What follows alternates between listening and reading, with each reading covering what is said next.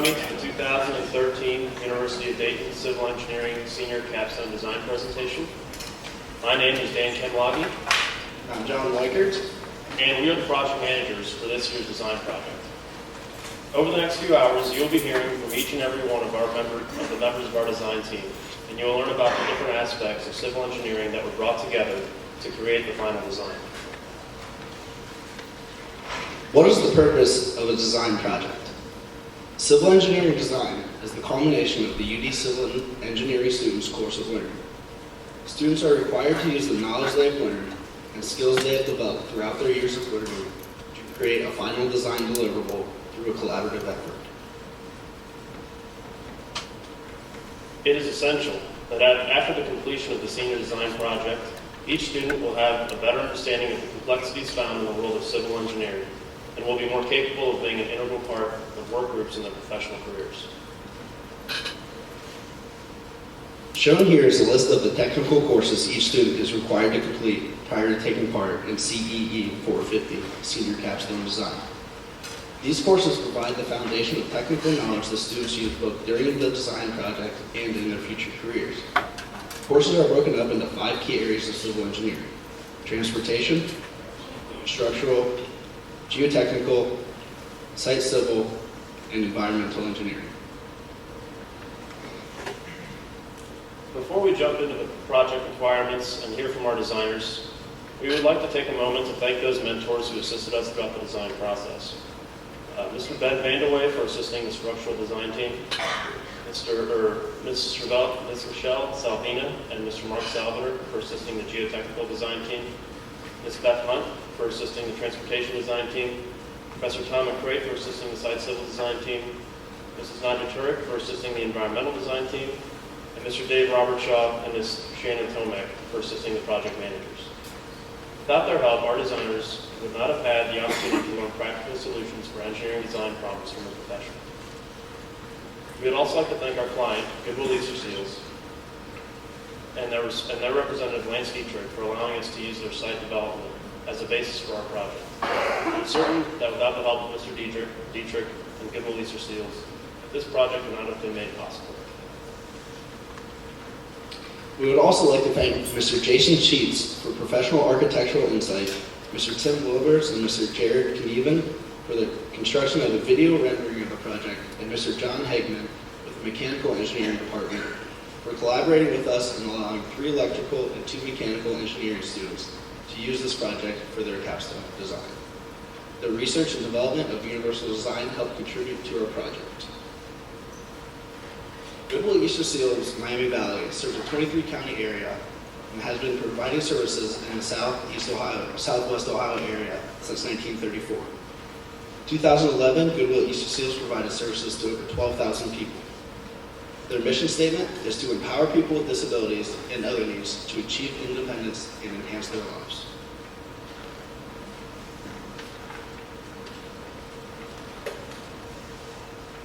As of January 31st, 2012, Goodwill Easter Seals of Miami Valley had over 1,000 employees, including 492 who have some form of disability. Goodwill Easter Seals also provides a public radio program that reads selected readings of books, magazines, and newspapers to visually impaired listeners. They also provide day support programs for adults and a daycare service for children, both with and without developmental disabilities. This is another service that they provide in the Dayton community. Goodwill Easter Seals is currently located at 1511 Coops Road in Dayton, Ohio. They have outgrown their current capacity, mainly due to inadequate building space, inadequate parking space, and inability to purchase surrounding area. Their plan is to construct a new campus to serve as their headquarters, while making additions to their outlet store on Woodman Drive to handle most of their distribution needs and relocate operations from Coops Road to the new headquarters over time. The new location would need to use the design considerations parallel to the principles of universal design. Universally designed buildings are different from most because they are useful and marketable to people with diverse abilities. They minimize hazards and the adverse consequences of accidental or unintended actions. They can be used efficiently and comfortably with a minimum of fatigue, and they allow for appropriate size and space for mobility and manipulation of their features. It's Successful use of universal design is particularly crucial to this campus and its structures because of the many employees and visitors who have a wide array of disabilities. Our client purchased an approximately 7-acre plot of land in downtown Dayton, just south of US 35. The newly acquired property rests at 652 South Main Street between Warren Street and Main Street on the east and west, and Buckeye Street and Burns Avenue on the north and south, with Lincoln Street running through the middle.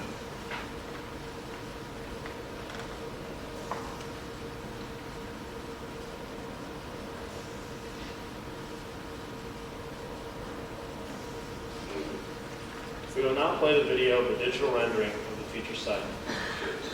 From a 15,000-foot view of Dayton, Ohio, you can see downtown Dayton to the north, the UD Arena and Welcome Stadium to the southwest, and the University of Dayton's campus to the east.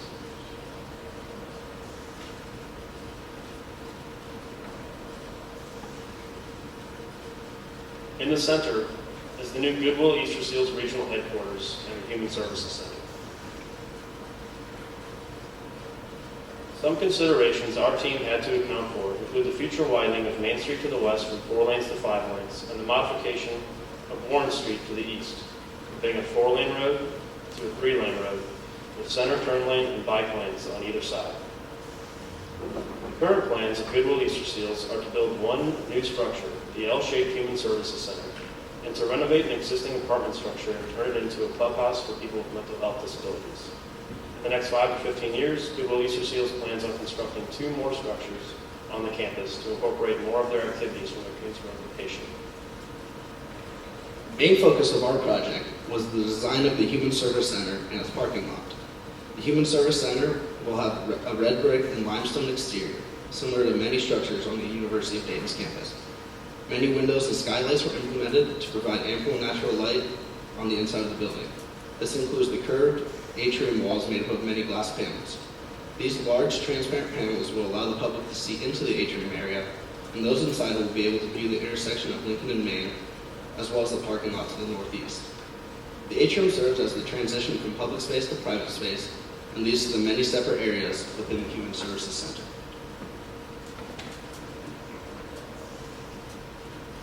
We are now coming into the main entrance of the building. We are greeted with a large open atrium, a spiral ramp to the second floor, and a water wall that can act as an auditory landmark for people with visual impairment. The front desk is located to the left of the spiral ramp. For visitors and employees, the desk attendant can moderate access to both wings with simple and effective security systems. The atrium will also have a designated place just inside the main entrance to pick up or drop off items such as mobility aid devices or other medical equipment.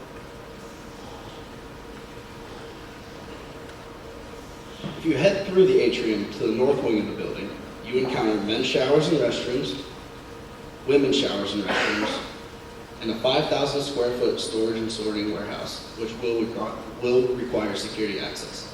The intent of the Human Services Center is not to be a main distribution hub for Goodwill Easter Seals, but will have adequate space to handle both large and small donations and any overflow of items from other Goodwill locations. The other secure hallway in the north wing includes the Goodwill Easter Seals radar room, accessible on weekends and complete with 2 soundproof booths, an elevator and freight elevator, storage and janitor's closets, a 1,600 square foot teaching area for practical assistance on developmental equipment for people with physical impairment, a small break room or kitchenette, and the area for Goodwill Easter Seals car seat training program where parents and guardians can visit to learn how to effectively use vehicle safety equipment.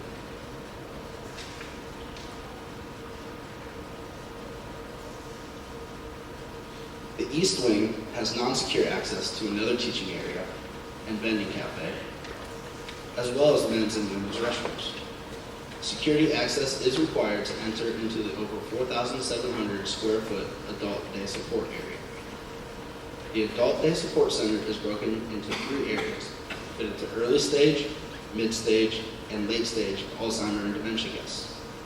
There are also specific restrooms for the guests and employees within the secure area, as well as a private restroom and a break room.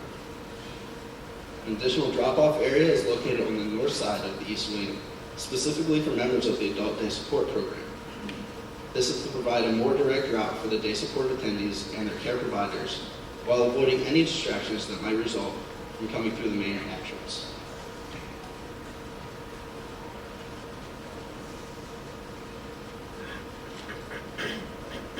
The first floor also has a number of conference rooms for the client's request.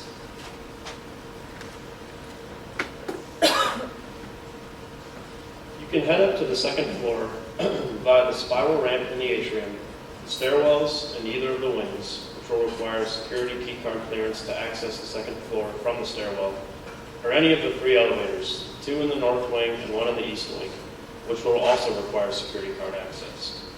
The north wing on the second floor consists of many administrative offices, men's and women's restrooms, an information technology office, and a 3,300 square foot job training center to assist with the enhancement of visitors' technical and occupational abilities.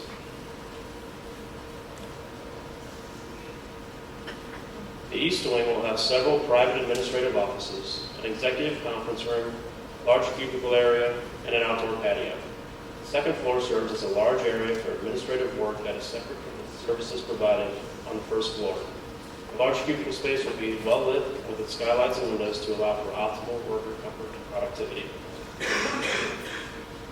Along with the building, the parking lot and exterior site features had to be designed for convenient day-to-day use while keeping in mind the needs for universal design and environmental protection. Directly outside of the main entrance is a drop-off area that is covered by an awning to make for an accessible entrance for all people in any weather condition. Personal vehicles or vans can then have the option to exit the campus or go park their vehicle in the parking lot. On the east side of the north wing, several parking spaces have been provided to fulfill the needs of the car seat training center, where new or expecting mothers, fathers, or caregivers can learn how to properly use infant transport and safety devices. Finally, on the north side of the north wing, an overhead door will allow access for both donations from the public as well as Goodwill box trucks and delivery vans that will need to coordinate the transportation of items between distribution centers.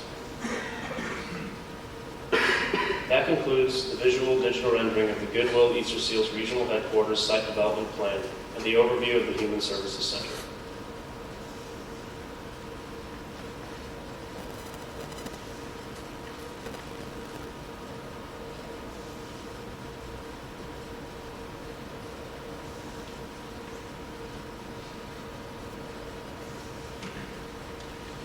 We would now like to introduce our design teams. 5 teams were formed, each with a definite scope of work in each of the 5 main areas of civil engineering. Each team consisted of a team leader and 4 to 7 additional members. In addition to their own scope items that involved heavy research, technical skills, group collaboration, and creativity, teams also needed to communicate and work effectively among other teams. Sound coordination among teams was imperative for a quality final product. Each team was required to submit both design drawings and a final report as deliverables.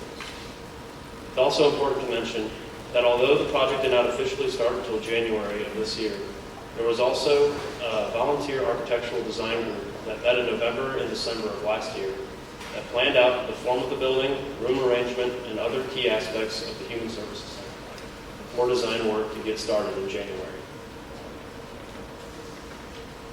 We would now like to introduce the structural design team and their team leader, Madeline Esch.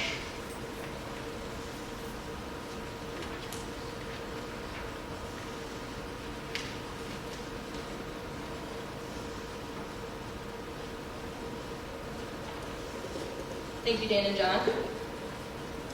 Before beginning the discussion on the structural design of the Human Services Center, I would like to acknowledge my team members and their topics of discussion. I will be giving a brief overview of structural engineering and explain our project tasks. Tom Curry will discuss the gravity loading. Jeff Miranda will address beam, slab, and joist design. Vignesh Kumar Yanasakar will talk about column design. Mike Ward will discuss the wind and earthquake loading. Greg Kapelnick will address cross-bracing design and connections. Steve Marziel will talk about masonry design. And finally, Mark Galoon will discuss the tower sign display and cable ramp design. So, structural engineering is the design and analysis of systems meant to resist and carry loads. This typically applies to non-moving or static structures, such as buildings, bridges, and dams, but can also include machinery or vehicle framing. Structural engineers are the men and women who design these systems to support the structure itself, any occupants, and any additional loads within some factor of safety. Project tasks for the structural group included designing a framing plan, or a layout of structural elements based off of the floor plan designed by the architectural group, determining the loads that will be acting on the Human Services Center, sizing the building's structural elements for these loads, such as beams, girders, bar joists, columns, and floor slabs, designing a lateral force resisting system to counter lateral loads acting on the building, designing the structural steel connections, designing a column-supported display tower, and finally, designing a cable-suspended ramp in the atrium. Our design for the Human Services Center includes a structural steel frame, since steel makes a light, strong building, and is usually made from at least 25% recycled steel to earn LEED credits. Due to the higher loads on the second floor, this floor will be supported by steel wide flange beams. The roof, with its lighter loads, was designed to be supported by bar joists or small truss that acts as a beam. Cellular beams will support the roof over the open atrium and the suspended ramp, since these beams can cross long spans with adequate depths for strength and deflection requirements without being too heavy. Plus, they add to a building's aesthetic appeal. Finally, the stairwells and elevator shafts were designed from concrete masonry units. Now I would like to introduce Tom Curry, who will talk about gravity loading.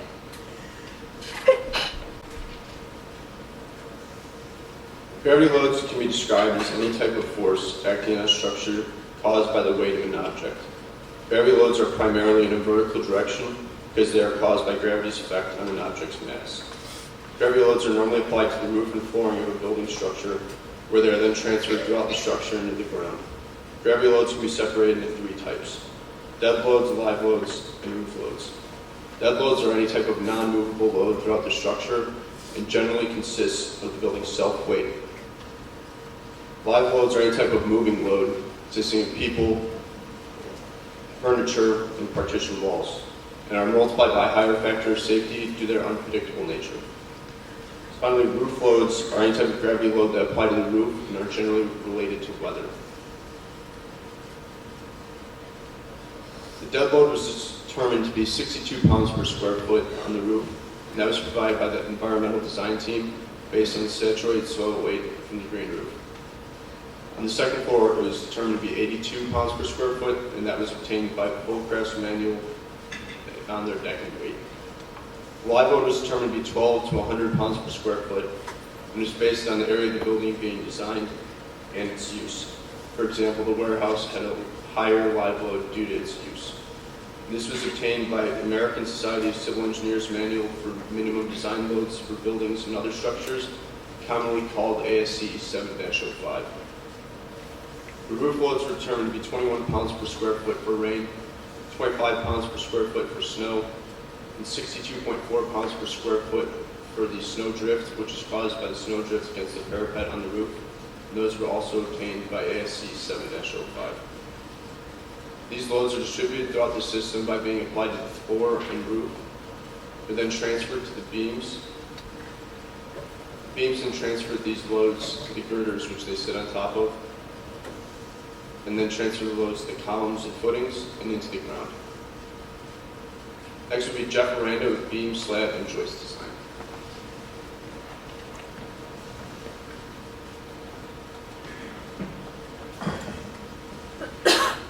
In steel buildings, typically either wide flange beams or steel bar joists are used to support floors.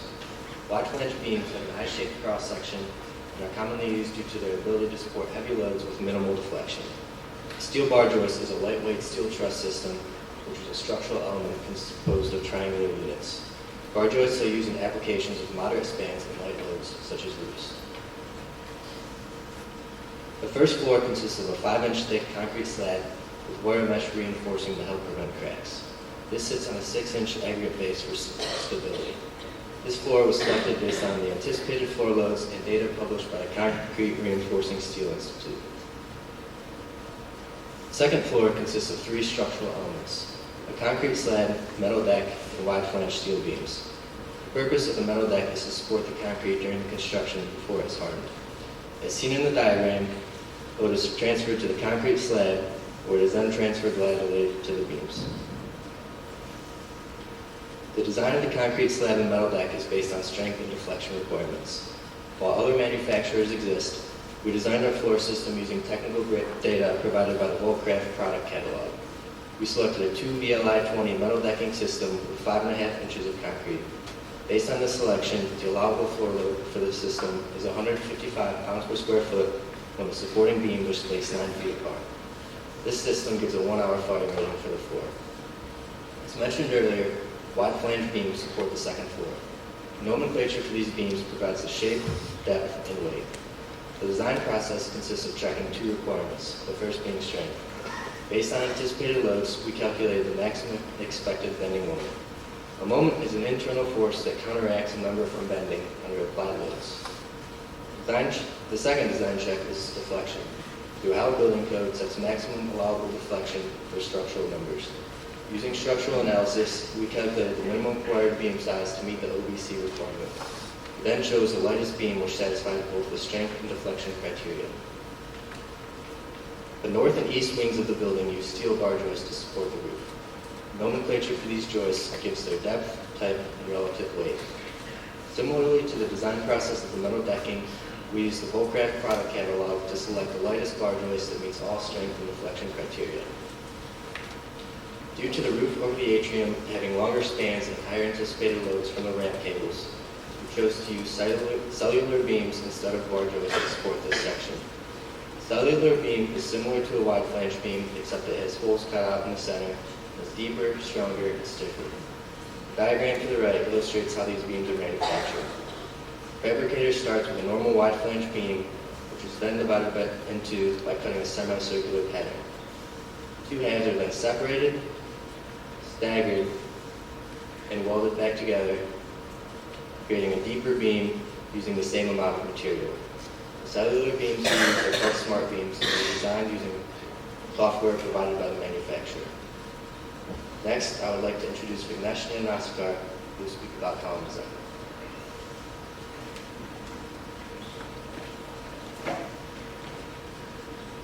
Thank you, Jeff. Today, I'll be discussing about the columns and its design. So what are columns? Columns are the vertical members that you find in a building which carry load from the members lying above them to the members that are lying below. The columns carry load as compressive loads through them. Hence, they are referred to as the compression members of a building. Apart from these compressive loads, they are also capable of resisting lateral or horizontal loads caused by the wind or the earthquake. In this case, they are called as the beam columns. Based upon their material, they are classified into 3 types, which include wood, concrete, and steel. In the Human Services Center, all the columns are provided as steel columns. So how are the loads distributed? As I said earlier, the columns carry compressive loads from the girders and transfer them to the footing and then to the ground. In practical, the loads originating from the beams are transferred to the girders. As I said earlier, the beams and the columns are the members that lie above the columns. Then the girders transfer the load to the columns as compressive loads, which are then transferred to the footing and then to the ground. From this, we can understand that the columns are the vertical members that carry compressive load in a building. In designing the steel columns, we consider 2 important design criteria. They include the strength and the buckling of the columns. The loads coming from the girders act on top of the columns. When these loads act on the column, they crush the column, causing failure. In order to prevent this failure, we provide suitable steel members whose strength are adequate enough to resist these crushes. And when the load acts on the columns, it tends to bend the column, which also causes failure. This bending in the column is called as buckling. Hence, taking buckling into consideration, similar steel members are also provided as before. In designing the steel members, we followed a certain set of procedures. First, the total load coming from each floor to each column was calculated based upon the ultimate loading per floor and the ultimate loading per column. And then the lightest column was chosen depending upon this total load. The lightest column was taken from the Steel Construction Manual of the American Institute of Steel Construction. Finally, there are 74 columns present in the Human Services Center whose sizes range from W12 by 53 to W8 by 31. A typical cross-sectional diagram of a W8 by 31 steel member is shown, where you can see that the W8 represents the dimension of the steel member and the 31 gives the self-weight of it. Now I call upon Mike Ward to discuss about wind and earthquake loading. Thank you, Vignesh. Lateral loads are loads that act parallel to the ground surface. There are two main types considered in structural design. There are wind loads and earthquake loads. Wind speeds vary depending on geographic location. Areas near coastlines have much higher wind speeds because there are limited obstructions and the air is able to move freely. Areas near cities and urban areas have much lower wind speeds because there's many obstructions that the wind needs to flow around. Here you can see how wind moves around a structure. Windward refers to the side of the building that's facing the wind, while leeward refers to the downwind side of the building. Wind forces create positive pressures on the windward face and negative pressures, or suction, on the leeward face. There are also areas of turbulence around the corners of the leeward face, which contributes to the negative pressure as well. So how do you determine what wind forces are?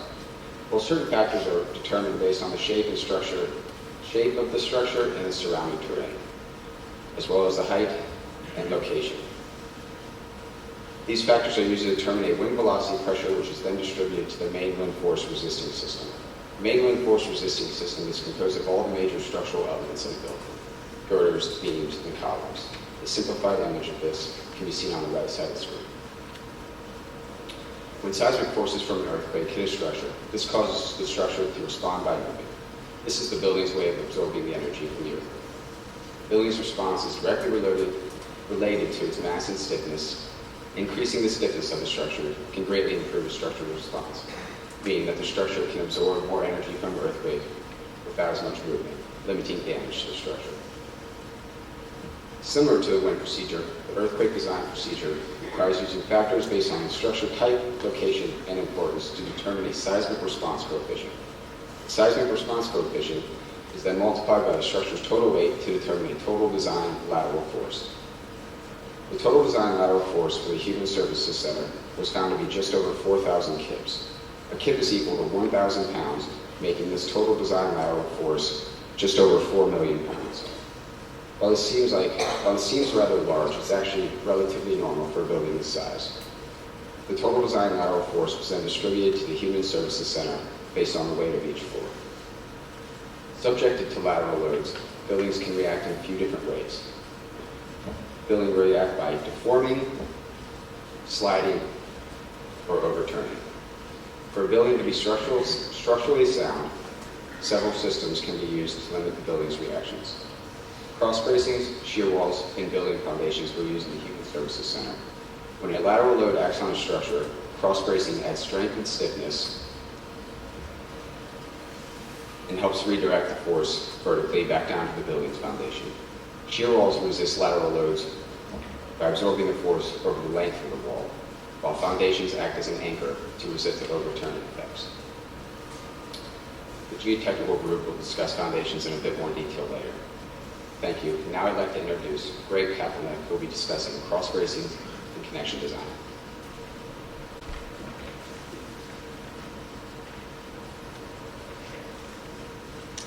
Thank you, Mike. To resist the lateral forces acting on our building, we chose to install cross bracing in the exterior walls. Cross bracing are diagonal members that are attached to columns in the framing plan, usually through welding. These diagonals convert lateral loads, such as earthquakes or wind, to vertical forces that can be resisted by the ground through the column. For this project, we did not place cross bracing between every column. Instead, we chose 8 locations that provide adequate lateral resistance. There were several factors that influenced our cross-bracing locations. Primarily, they were placed in walls that had small or no windows to reduce any need for architectural changes. More importantly, the cross bracing was placed symmetrically to minimize building torsion. If you were to place the cross bracing asymmetrically, as seen here, the building would twist when the lateral loads were applied. To try to eliminate this additional force, we placed our cross bracing in a pattern similar to the one seen here. As you can see, there is much less twisting when the cross bracing is placed symmetrically. The location of our cross bracing is presented here. 4 frames are located in the northern wing, with 4 additional frames located in the eastern wing. When designing the diagonal members in the cross bracing, earthquake loads were used as they are much larger than any wind loads acting on our building. Through several calculations, the forces acting on each member were determined to be between 200 and 750 kips. Double angles were chosen to resist forces of this magnitude. The notation for double angles all start with 2L. The first number represents the width of the long leg, the second number represents the width of the short leg, and the last number represents the thickness of the angle. The cross bracing in this building will be made up of double angles ranging in size from 2L 4-inch by 4-inch by 7/16 of an inch to 2L 8-inch by 8-inch by 3/4 of an inch. Now I'd like to shift the focus to the connections used in our design. Connections are structural elements that secure beams to columns as well as other beams. These elements transfer loads from one member to another. The types of load transfer depend on the connection type. Framed and moment connections both transfer vertical forces or shear, while moment connections also transfer bending moments. Most steel connections use single angle or plates to secure one member to another. The size of the connecting element is determined through analysis of the forces that each connection will have to transfer. After the connecting element is sized, the fastening method must be chosen. Double bolted, bolted welded, and double welded connections are the 3 most popular types.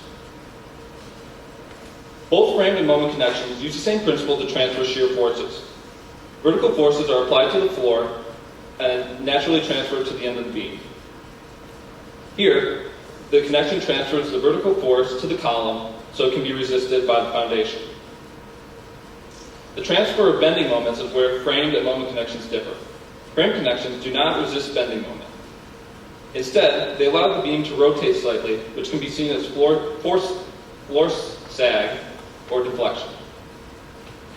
Moment connections, on the other hand, do resist bending moment. As you can see, this results in far less beam deflection as the entire frame moves together. However, this uniform motion will result in the column having to resist larger forces than with a framed connection. As mentioned earlier, connections are used to join beams to larger beams, or girders, as well as join girders to columns. For this project, we designed 3 connections for both of these cases, all based on the worst case loading scenarios.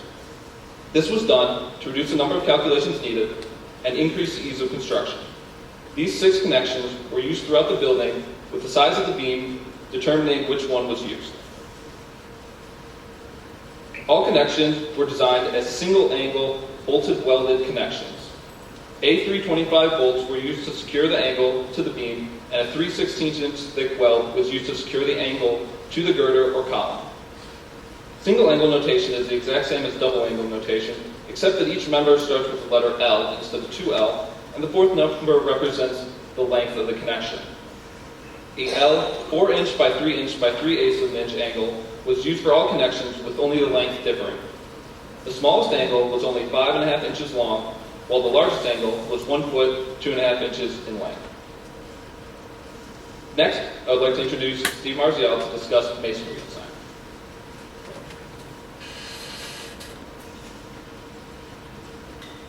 Thanks, Greg. Masonry is a term used to describe a wide variety of materials, but the most common form of masonry are concrete masonry units, or CMUs. CMUs are a mix of cement, aggregates like fine gravel or sand, and water. The other common form of masonry are clay brick, and although clay brick can be used to support structural load, it is most often used for veneers or exterior facades of buildings. Masonry is noted for its high compressive strength, and it is often used in shear walls. Shear walls pretty much provide some extra rigidity for the building and help the building to resist the lateral loads that Mike discussed earlier. Mortar is the material used to bond the masonry units together. It is composed of cement, fine aggregate, water, and occasionally lime to help with the flow or the workability of the mortar. Since mortar is weaker than masonry material, the mortar joints are often the points of failure in a wall. One common mode of failure in a masonry wall is the result of bending. When a horizontal force pushes on a wall, it bends slightly. And obviously this diagram is a little exaggerated, but on one side of the wall, a compressive force pushes the blocks together. And on the other side of the wall, the tension force tends to pull the blocks apart. And since mortar and masonry are fairly weak in tension, this tension force tends to cause cracking in the wall. And to prevent this cracking, we reinforce the masonry. The first step in reinforcing masonry is to add grout to the hollow inner cores of the masonry material and units. And the additional benefit of grouting a wall is increased fire resistance, but the primary role of grout is to bond these steel reinforcement bars to the units. These steel reinforcing bars are what help carry the tensile stresses that result from bending, since steel is relatively strong in tension. Another form of reinforcement is to lay thin metal wire in the mortar joints. This is really only used, though, if you are expecting high lateral loads like shear. For the Human Services Center, all of our masonry walls are designed according to code and regulations set by the Masonry Standards Joint Committee, or MSJC. For the masonry used in these stairwells and elevator shafts, 8-inch thick, fully grouted CMU will be used, and one number 8 steel bar will be placed every 12 inches. The exterior veneer, 4-inch thick clay brick will be used, and the mortar joints will be fully bedded, meaning the mortar will cover the entire face of the brick in the joint. Next, I would like to introduce Mark Galloon, who will discuss the design of the tower display sign and spiral window.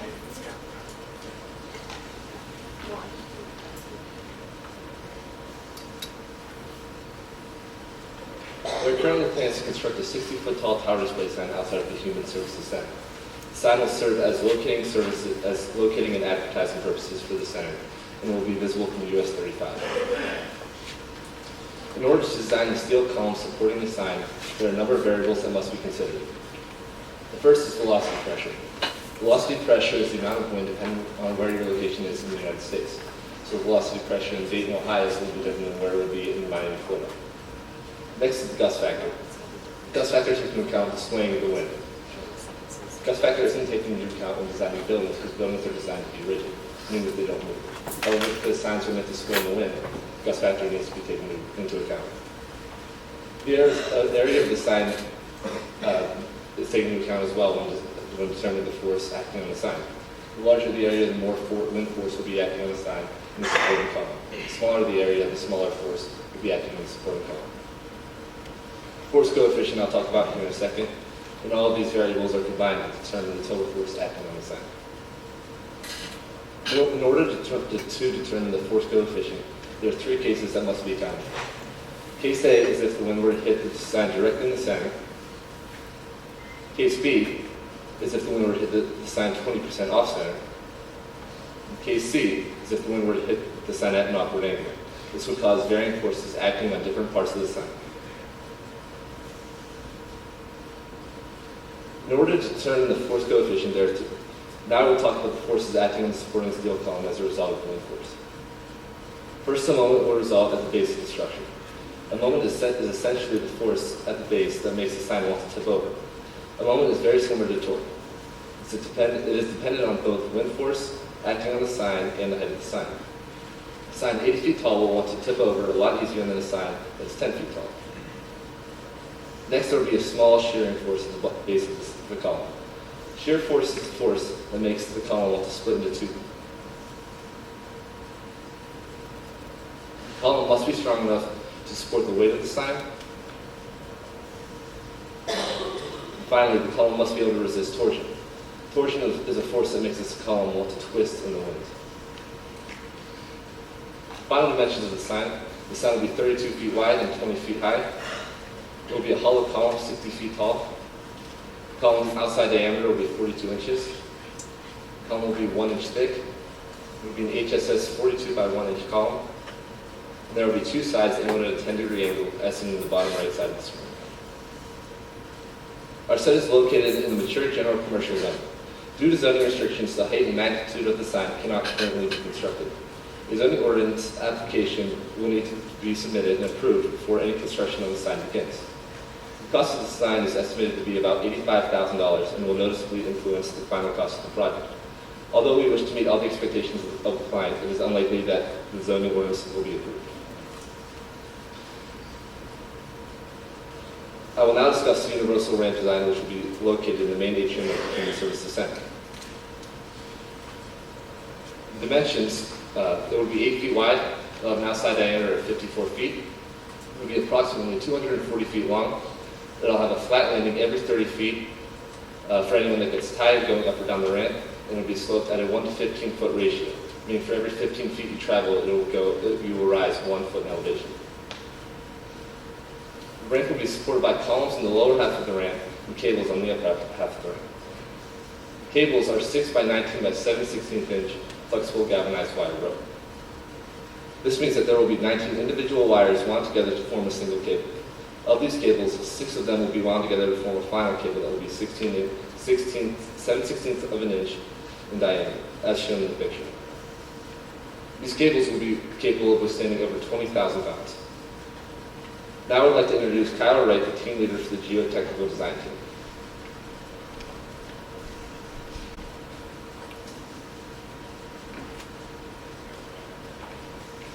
Thank you, Mark. All right, I'd like to start off with a brief overview of geotechnical engineering and some of the tasks that we completed over the course of the project. Then Carlin Harlan will introduce the soil conditions and engineer fill. Nicole Elizade will cover the foundation design. Kevin Aarons will then talk about the settlements and base plate connections, followed by Caitlin Clifford to discuss the elevator shaft design and the foundation of the lights and signs. We would like to acknowledge a couple of people who have given us some help and insight throughout the project. We'd like to thank Mike Cope from Daniels Building Construction, Giles and Mortar for their preliminary soil report, and Ben Vanaway from Shell Meyer Associates. Geotechnical engineers study and analyze the earth materials below the structure's footprint. From the analysis, they can obtain soil properties such as the bearing capacity or strength of the soil. Geotechnical engineers also design the retaining walls and foundation, including footings and piles. Foundation is definitely a crucial component to a structure. The Shanghai building is a good illustration of how important the foundation really is. It was a structurally sound building, but due to a foundation failure, the building toppled over.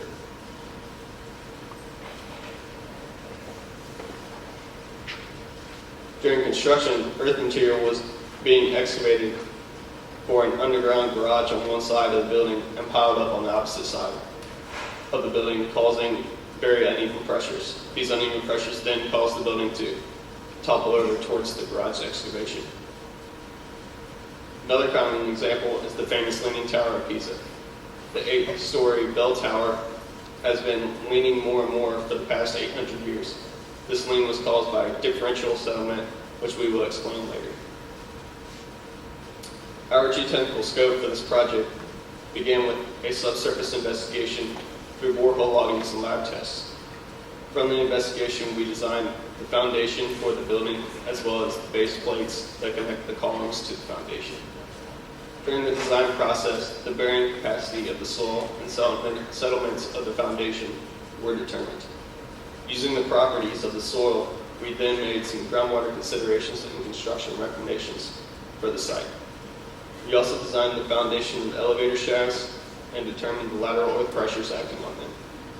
The final element of our scope was to design the foundations for the tower sign and the parking lot light posts. Now I'd like to introduce Carmen Harlow to discuss the soil conditions and engineered fill. Thank you, Kyle. So as Kyle mentioned, the properties of a soil are important for constructing a building such as the Human Services Center and designing its foundations. There were three primary ways the geotechnical team went about determining the soil conditions from our site. The first way was by researching the regional geological data of our site using the United States Geological Survey's website. The USGS determined the soils beneath our site consisted of loamy alluviums, which are essentially loose soils typical in non-marine settings such as Ohio. USGS also acknowledged that the site was well drained and did not identify any bedrock or similarly dense layers beneath the surface. Although the regional geological data was helpful, the scale of information provided by the USGS was much too broad to make any accurate conclusions about the soils on our site. Thankfully, Bowser Mortar was kind enough to provide the geotechnical team with preliminary boring logs which were made in January of 2013. A boring is basically a tube which is drilled into the ground and used to remove a sample of soil which can be tested either on site or in a lab. As you can see, the 5 borings are located here and are along the northern wing of the Human Services Center. Now, the reason they were taken at this particular location instead of along the entire building footprint of the Human Services Center was because these boring logs were simply meant to serve as preliminary tests required by the Goodwill Easter seals before the footprint of the proposed building was known. The easiest point of access to the soils at the time these borings were made was within the basement of the demolished building which previously existed on the site. So these borings were made several feet below the proposed grade or level of the surrounding area. The soil samples were tested using 3 methods following standards set by the American Society of Testing Materials. A sieve analysis is used to determine the particle size and distribution of a soil. So basically, if there's large rocks or fine sands, that's what a sieve analysis is used for. Atterberg limits tests define the liquid and plastic limits of a soil, which is used to further classify the material. Moisture content establishes the amount of water retained in the soil. The boring logs were also used to find that groundwater could be found 26 feet below the elevator shaft in the building, which, as Caitlin will mention later, is the deepest excavation point in the Human Services Center. Now, because the borings were taken so much deeper than the Human Services Center, and because they only covered the northern wing, as I mentioned, the geotechnical team found it necessary to go out and visually inspect the material ourselves. If you can imagine, this picture was taken in the demolished building's basement. And so the first 6-inch layer is simply just asphalt from the old parking lot to the south of the building. Beneath that layer were stiff brown clays, which all exist above the shallow foundations the geotechnical team has designed for the Human Services Center, which Nicole will talk about later. Beneath that layer were sandy gravels, which were consistently found in the information obtained by the USGS, as well as the boring holes.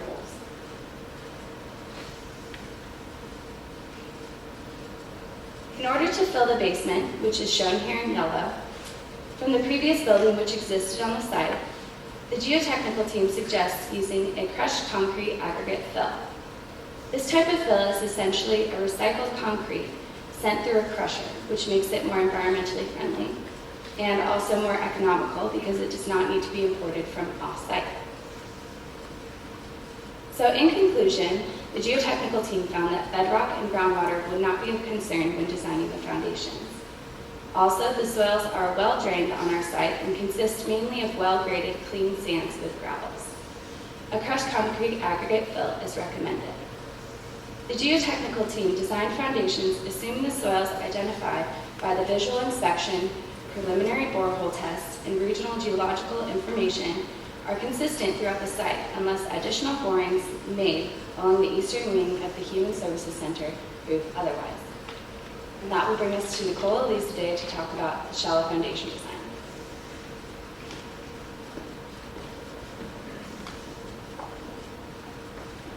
Every building must have a foundation, which is the lowest supporting layer of the structure. The foundation supports the building and distributes the load from the columns to a greater area so that the soil underneath can support it. Principally, the way foundations work, a load is applied to the footings from a column, and the soil underneath pushes back over the area of the base of the foundation. For the Human Services Center, we use individual square footings that extend to a depth of 32 inches. All footings are required to go below the region's frost depth. In our area, the frost depth is 32 inches, which means that in order to prevent damage to the footings caused by the expansion of the soil when frozen, the depth of the top of the footing has to be no less than 32 inches. In order to calculate the size of the footing, the bearing capacity of the soil needs to be calculated. The bearing capacity refers to the ability of the soil to hold a certain load. There are three main factors that affect the bearing capacity of the soil, which can be calculated using the equation shown here. The three main factors include the soil cohesion, the soil unit weight, and surcharge. Soil cohesion is the force which binds together like particles in the soil. The soil unit weight refers to the density of the soil, and surcharge refers to any additional loading on the soil. The bearing capacity is also corrected based on the design shape and depth of the footing. For our purposes, we are unable to obtain soil borings for the elevations of our footings, and we also needed to specify a fill that would be placed where the basement of the previously existing building was located. Based on our knowledge and assumptions, we chose an engineering fill that we believed had similar properties to that of the surrounding soil. Our assumed values for an angle of friction were 40 degrees and a soil unit weight of 125 pounds per cubic foot. The figure to the right demonstrates the angle of friction, which is the expected angle at which the soil will shear. These assumptions led the geotechnical team to arrive at a bearing capacity of 3 kips per square foot for the soil. Our design for the foundations of the Human Services Center can be seen here. We used a total of 63 different foundations for the building. The figure to the right shows the sizes and reinforcement of the different foundations. Foundations A through E on the chart show the individual square footings that were designed by the geotechnical team, and foundations F and G represent the mat foundations used to support the elevator shafts in the Human Services Center. The purple stars on the screen represent the 6x6 footings that the geotechnical team designed. The red stars represent the 7x7 footings. The green stars represent the 8x8 footings, which were the majority of the footings used to hold the Human Services Center. The yellow stars represent the 9x9 footings. The gray star represents the single 10x10 footing that was needed in the building. The 2 yellow stars represent the mat foundations used to support the 2 passenger elevator shafts that were in the Human Services Center. And the red star represents the single mat foundation used to support the freight elevator in the Human Services Center. Now I'd like to introduce Kevin Ahrens, who will talk about settlement and basement connections.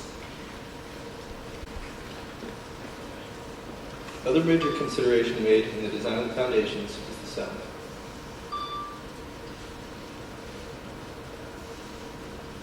Settlement is the amount the foundation sinks into the soil. This occurs mostly due to the soil decreasing in volume after a load is applied and small air pockets are forced out. There are 2 main types of settlement that need to be considered that can occur excessively and in turn cause damage to the structure or to utility lines. First type, uniform or total, is when the structure settles at the same rate in all parts of the foundation. Second type, differential or uneven, is when one part of the foundation settles faster than other parts. That type can occur due to load being applied more in one part of the building than the other, or also to presence of weaker soils under different parts of the building. The Ohio Building Code sets constraints of no more than 1 inch of total and no more than a ½ inch of differential to ensure no damage occurs due to settlement. Predominantly clay soils, the settlement occurs over a larger period of time and is larger compared to predominantly granular soils. The 3 components of this type of settlement is immediate settlement, consolidation settlement, and secondary compression or creep. Predominantly granular soils, almost all the settlement occurs immediately and is referred to as initial or immediate settlement. Since the Human Services Center is founded on granular soils, only immediate settlements are expected to occur. We determined that properly constructed footing supported by the recommended fill material will have settlements well under these limits set by the Ohio Building Code. However, since mentioned before, some of the soils the Human Services Center is founded on are not the recommended fill material. Settlement calculations were made using very conservative values for the properties of the unknown granular soils.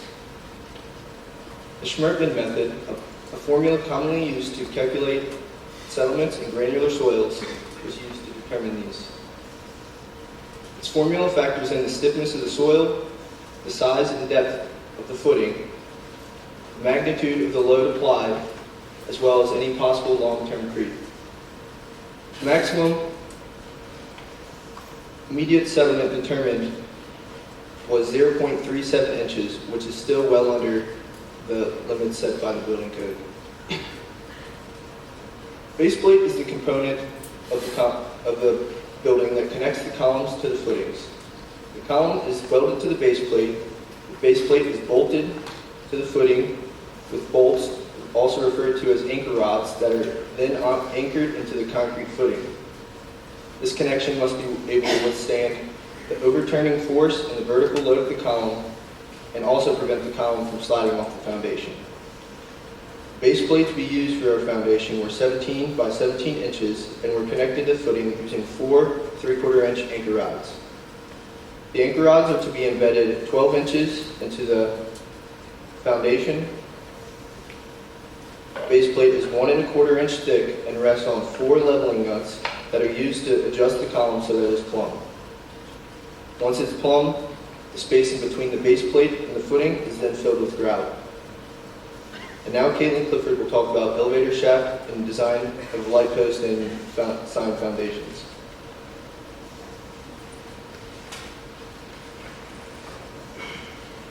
The Human Services Center has a total of 3 elevators. One freight elevator located in the north wing of the building with a capacity of 4,500 pounds, and 2 passenger elevators, each with a capacity of 3,000 pounds. To fit with the design criteria, Otis Hydrofit elevators have been chosen. This model eliminates the need for a separate machine room, which takes up extra space in the building. The design of the foundation of the elevator shaft incorporates 3 different types of loads. Horizontal loads acting from the surrounding soils below ground level that increase with depth. Vertical loads, which are distributed from the beams to the masonry walls in the downward direction. And finally, from the underlying soils, vertical pressures act on the foundation with an upward force. The elevator shaft is comprised of fully grouted masonry walls, and the foundation is rectangular, constructed of concrete and reinforcing steel. The thickness of the foundation has been guaranteed to be able to withstand structural loads and prevent the slab from both overturning or cracking. And these will all be constructed at 5.5 feet below ground level. In designing the foundation of the tower sign, which Mark mentioned earlier, there are several factors we had to account for. First, the sign is 60 feet high, which, as you can see from the person in the figure, who is 5'6", this is relatively tall.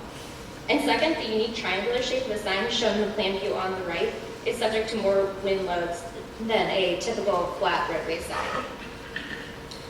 In order to resist the extremely large moments caused at the base of the sign from its distinctive shape and extreme size, the foundation of the tower sign was designed to be sturdier than typical foundations found in the Human Services Center.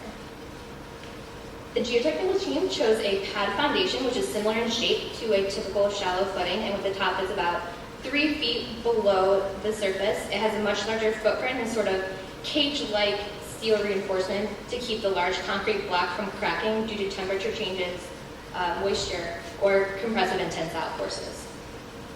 The foundation we designed was an 18 by 12.5 foot rectangle that was 41 inches deep. There's horizontal and longitudinal steel reinforcement number 10 bars along the top and bottom, with vertical steel reinforcement number 9 bars. These were designed to ensure that the 4.5 foot diameter column, which connects the sign 4 inches above the ground, does not disconnect along the failure surface indicated here. The geotechnical team also designed the foundations for the outside lighting, which will be explained more during the transportation team presentation. But the lights chosen were made by Phillips, and the foundation design primarily includes determining the embedment plane, which was found to be 5 feet. The base design was specified to be 2 feet 6 inches for a 6-inch diameter pole. And to determine all this, we used the method based off the City of Dayton construction specifications as well as ASHTO standards. This concludes the first half of our presentation, and we'd like to invite you to join us for a 15-minute intermission with refreshments in the lobby. Thank you.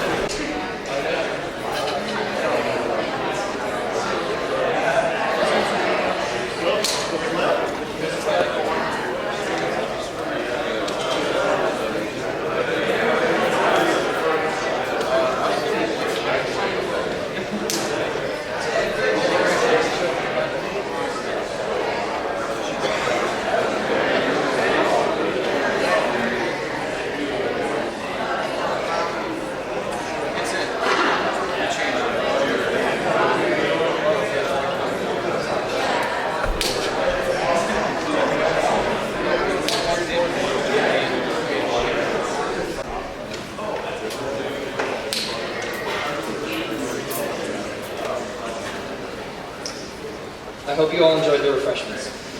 My name is Benjamin Barland, and I'm the team leader for the Transportation Design Team. First, I'd like to thank our mentor, Beth Hunt, who provided us with a great base of knowledge. I'd also like to take this time to introduce the rest of our Transportation Design Team. I will be providing an overview of the project and our project scope. Paul Ogren will discuss the existing conditions of the site and our traffic counts. Mike Gittemoller will be talking about trip generation. Jordan Moss will speak about traffic analysis and signal design. Tim Hewer will discuss roadway geometry. Kathleen Burke will speak about pavement design. Joe Muno will talk about parking lot design and placement of lighting. And Jake Clancy will provide information on signage placement. We'd also like to extend a special thanks to others who helped us during the project. So what is transportation engineering? Transportation engineering is the design of any infrastructure that's used to move people and goods. Transportation engineers design a wide range of facilities such as roadways, parking lots, railroads, and even airports. The number one concern for transportation engineers is to improve the safety of travel. For roadways, this generally includes keeping pedestrians and drivers both safe. This emphasis on safety is shown by the new interchange connecting Interstate 70 with Interstate 75, shown here. This was built to reduce the accidents that were occurring on the old interchange. The second concern for transportation engineers is to improve the efficiency of travel. It's important to make sure that everyone gets from point A to point B as quickly as possible while still being safe. So now I'd like to talk about what we did for our project. Our first step was to research the existing site conditions. It's important to determine the current layout of the site and the traffic on the surrounding roadways. This helps us to ensure that we maintain the traffic flow around the site, as well as determine how the site should be accessed. The group also had to provide a design for Lincoln Street. Lincoln Street is located south of the proposed Human Services Center, so it was important to make Lincoln Street accessible to people that might want to access the services center. Please note that the alignment of Lincoln Street was largely unchanged, but we recommend the addition of curb and gutter and a full depth replacement to accommodate truck traffic and increased traffic in general. Tim here will be expanding on this later. In addition, a parking lot needed to be designed for the proposed Human Services Center. This gives a place for vehicles for both employees and visitors to park their cars, as well as provides a way for people to get around within the site itself. Joe Muno will elaborate on the parking lot later. As I mentioned before, safety is our number one concern. It was considered in both the design of Lincoln Street and the parking lot, and it was manifested in provision of adequate sight distance, which is the amount of distance that someone needs to see in order to make a safe stop. Finally, the transportation group had to prepare a traffic impact study. It was important to ensure that our design will not cause an increase in travel times around the site due to the extra traffic arriving at and leaving from the Human Services Center. This portion of the project included doing traffic counts, computer modeling, and level of service analysis, among some other things. Now I would like to introduce Paul Ogren, who will be discussing the existing conditions of the site and traffic counts.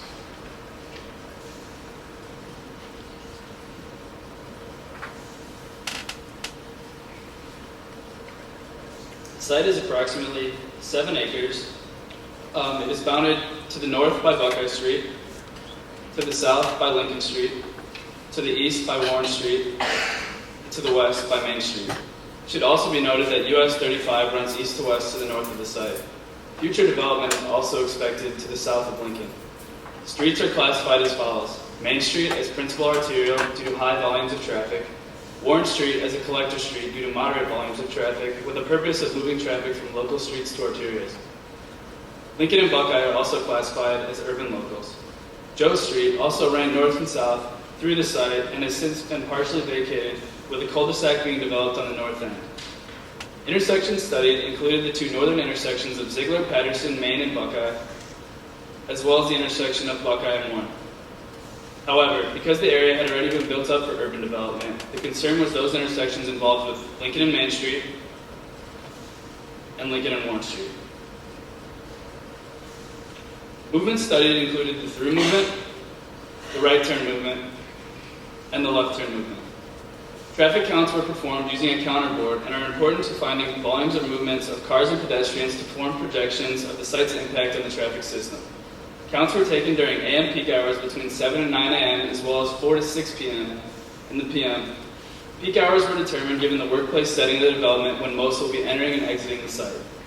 Mondays and Fridays were excluded from counts due to extraordinary travel circumstances such as people traveling out of town for holiday weekends. And these are the times and dates of counts taken at the given intersections.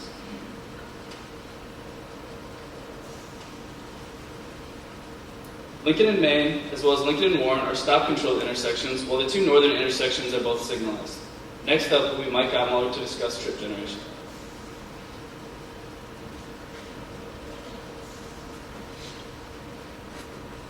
In Ohio, roadways are designed for a 20-year lifespan. Therefore, our traffic impact study covers 4 traffic scenarios. The first is the 2024 background, which would be the existing traffic conditions gathered from our traffic counts. Next would be the 2014 build, which would be the existing traffic counts, or the existing traffic conditions, plus the trips generated by the Human Services Center and the clubhouse. And third would be the 2034 background, the existing traffic conditions, plus a 1% growth rate for 20 years. And finally, a 2034 build year, the existing traffic conditions, plus the trips generated by the Human Services Center and the clubhouse, plus a 1% growth rate for 20 years, plus a 12,000 square foot future construction. All of these scenarios were used to determine any improvements that would be needed to handle the additional traffic. There are 3 common trip purposes. The first being home-based work, which would be traveling from home to work and then from work to home. And this is the most popular trip purpose for typical businesses and what we use for our project. Next would be home-based other. Trips created from local homes to go to shopping, out to eat, and then back home. And then finally, non-home-based trips, which would be trips generated from visitors that may be visiting family in town for business or tourists. Trip generation. The Institute of Transportation Engineers studies the effects that specific developments have on transportation systems. The results of these studies are compiled into a series of books that are separated by different land uses and then into further specific site details. Land uses consist of gas stations, apartment complexes, parks, office buildings, and many more. And then furthermore, these land uses are divided up into a base variable.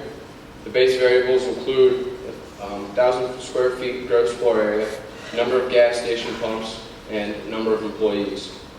Additionally, time has to be considered because traffic varies greatly depending on the time of the day of the week, or month of the year. And finally, one must determine if the traffic is going to be site-oriented traffic or non-site traffic. So what we used for this Human Services Center is a single-tenant office building for 175 employees during the AM and PM peak hours, affecting the adjacent street traffic. For the clubhouse, we used the assumption that all of the consumers would be coming in with city vans or company vehicles. And finally, for the future construction, we used a single-tenant office building for 12,000 square feet during the AM and PM weekday peak hours, affecting the adjacent street traffic. And our numbers that we came up with for the Human Services Center produced about 780 trips on a typical weekday. The clubhouse produced about 30 trips on a typical weekday, and the future construction building produced about 330 trips on a typical weekday, for a final total of trips of 1,147. Next will be Jordan Moss, speaking on traffic analysis and signal design.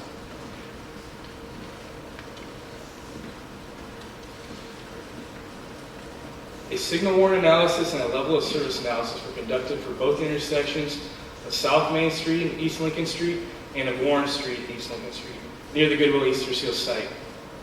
These were done to see if the addition of a signal was necessary for each intersection and to ensure that the average vehicle wait time is acceptable for the intersection. Signal warrants are essentially a certain set of criteria that need to be met in order for a signal to be considered at an intersection. Criteria usually deals with traffic volumes, crash history, or intersection location. At least one of these 9 warrants must be satisfied in order for a signal to be allowed. Out of the 9 warrants, only 4 were looked at for our site, because others are not applicable to the location. The 4 warrants that were looked at include Warrant 1, 8-hour vehicular volume, Warrant 2, 4-hour vehicular volume, Warrant 3, peak hour volume, and Warrant 4, pedestrian volume.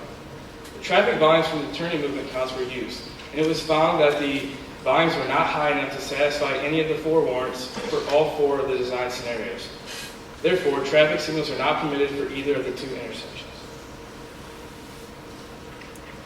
Next is the level of service analysis. The level of service analysis was done with the aid of the computer program Synchro. In Synchro, the first step is setting up the traffic network, which is essentially laying out all of the roadways and intersections in the area. Next, the traffic volumes of each of the 4 scenarios are placed in the network. The analysis is run, and a level of service is given for each intersection and each approach. This level of service is essentially the average wait time of a vehicle passing through the intersection. This analysis is done to ensure that the wait time does not fall below standards. For an urban roadway, like we have at the Goodwill Easter Seal site, the level of service does not fall below the grade of D.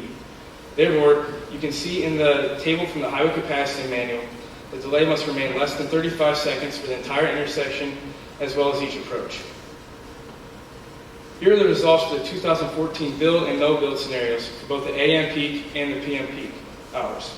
As you can see from the table, the intersection averages for both intersections are fine with a level of service of A for all scenarios. The worst delay that is seen is in the PM build scenario for Lincoln and Warren Street, the level of service D and the delay of 25.5 seconds.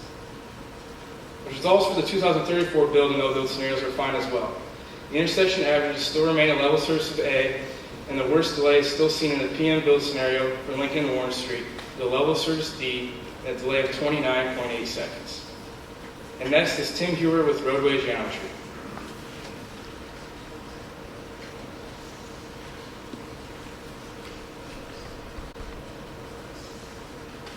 Roadway geometry is broken down into 3 parameters. First are the horizontal alignment, which is composed of a series of straight lines and horizontal curves. This alignment dictates a roadway's direction of travel. Second is the vertical alignment, which is composed of a series of slope lines and connected crest and or sag vertical curves. This alignment guides the roadway through fluctuating ground elevations. Lastly are the cross sections of the roadway, which define drainage features, embankments for high-speed horizontal curves, and pavement material layers. This is the proposed horizontal alignment on Lincoln Street between Main and Warren.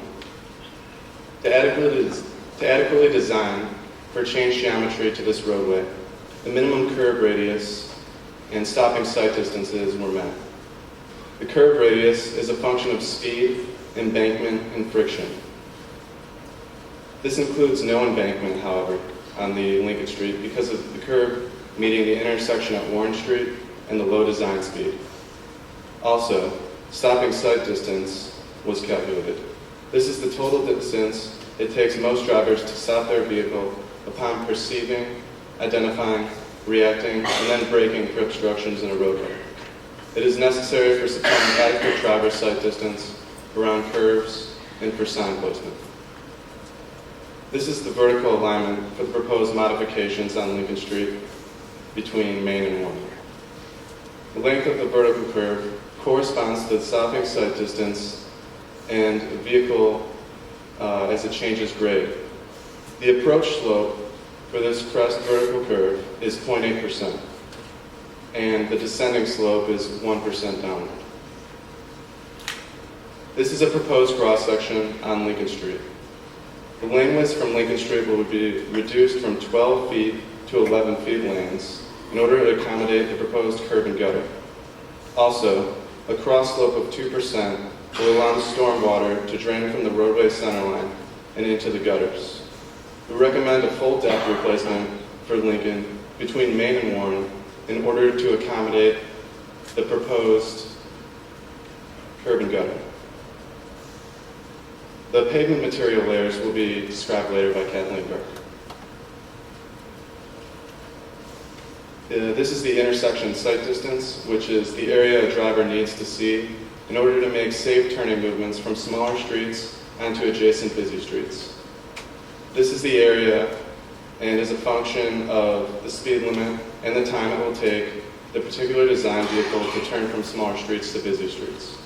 The design vehicle for the Goodwill Easter Seals campus is a 30-foot single-unit box truck, which is the largest vehicle expected to enter and exit the campus frequently. Shown here are the left-hand turn intersection sight distances from Lincoln Street to Main Street and Lincoln Street to Warren Street. The necessary area for sight on Main is larger because more lanes are crossed when turning onto Main Street from Lincoln. These are the right-hand turn intersection sight distances from Lincoln Street to Main Street and Lincoln Street to Warren Street. Right turn sight distances are typically smaller than left turns because vehicles only merge into traffic here rather than crossing streets for left-hand turns. Next is Kathleen Burke with pavement design.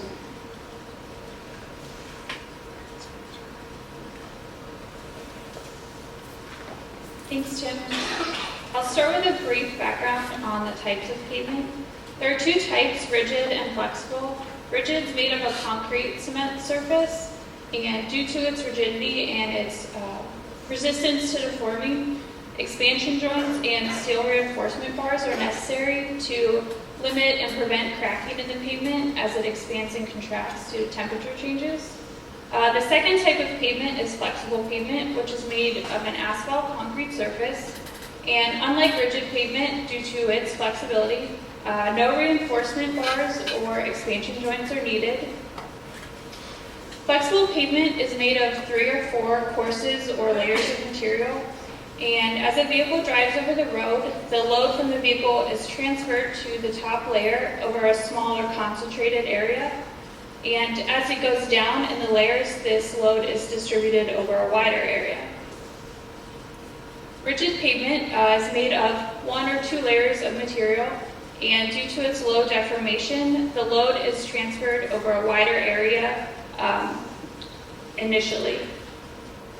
Some considerations that we needed to take into account when designing our pavement included the traffic, where there are going to be a light, medium, or heavy traffic volumes on the road, as well as what percentage of that volume would be comprised of trucks. We also needed to take into consideration the growth rates in the area to ensure that the pavement would be a viable option in the future as the traffic volumes increased. The second consideration were the soil conditions. The soil underneath the pavement also needs to be able to withstand the loads from the vehicles. And finally, the environmental factors such as temperature, which I mentioned earlier, and rainfall. We selected flexible pavement for Lincoln Street and the Human Services Center parking lot. This was due to the light to medium volume traffics that we expected and the low 24-hour truck percentages expected on site, as well as its high ability to expand and contract due to the ever-varying Ohio temperatures. We used the ODOT and ASHTO design method for our pavement design. For flexible pavement, this is based off the concept of a structural number. So taking into consideration the traffic volumes, the environmental conditions, and the soil conditions, you calculate a required structural number. From there, you choose your thicknesses and materials for each layer based off of this structural number. So here's our parking lot pavement detail. So for the top layer, thickness of 1.5 inches was chosen, and this particular material's structural coefficient was 0.43. So if you multiply those together, you get its contribution of 0.65. And when you add those all up, you get a total structural number of 4.15, which was greater than our calculated number. And so therefore, this was an effective design option for the parking lot pavement. I would like to introduce Joe Muno, who will be discussing parking lot design and lighting design.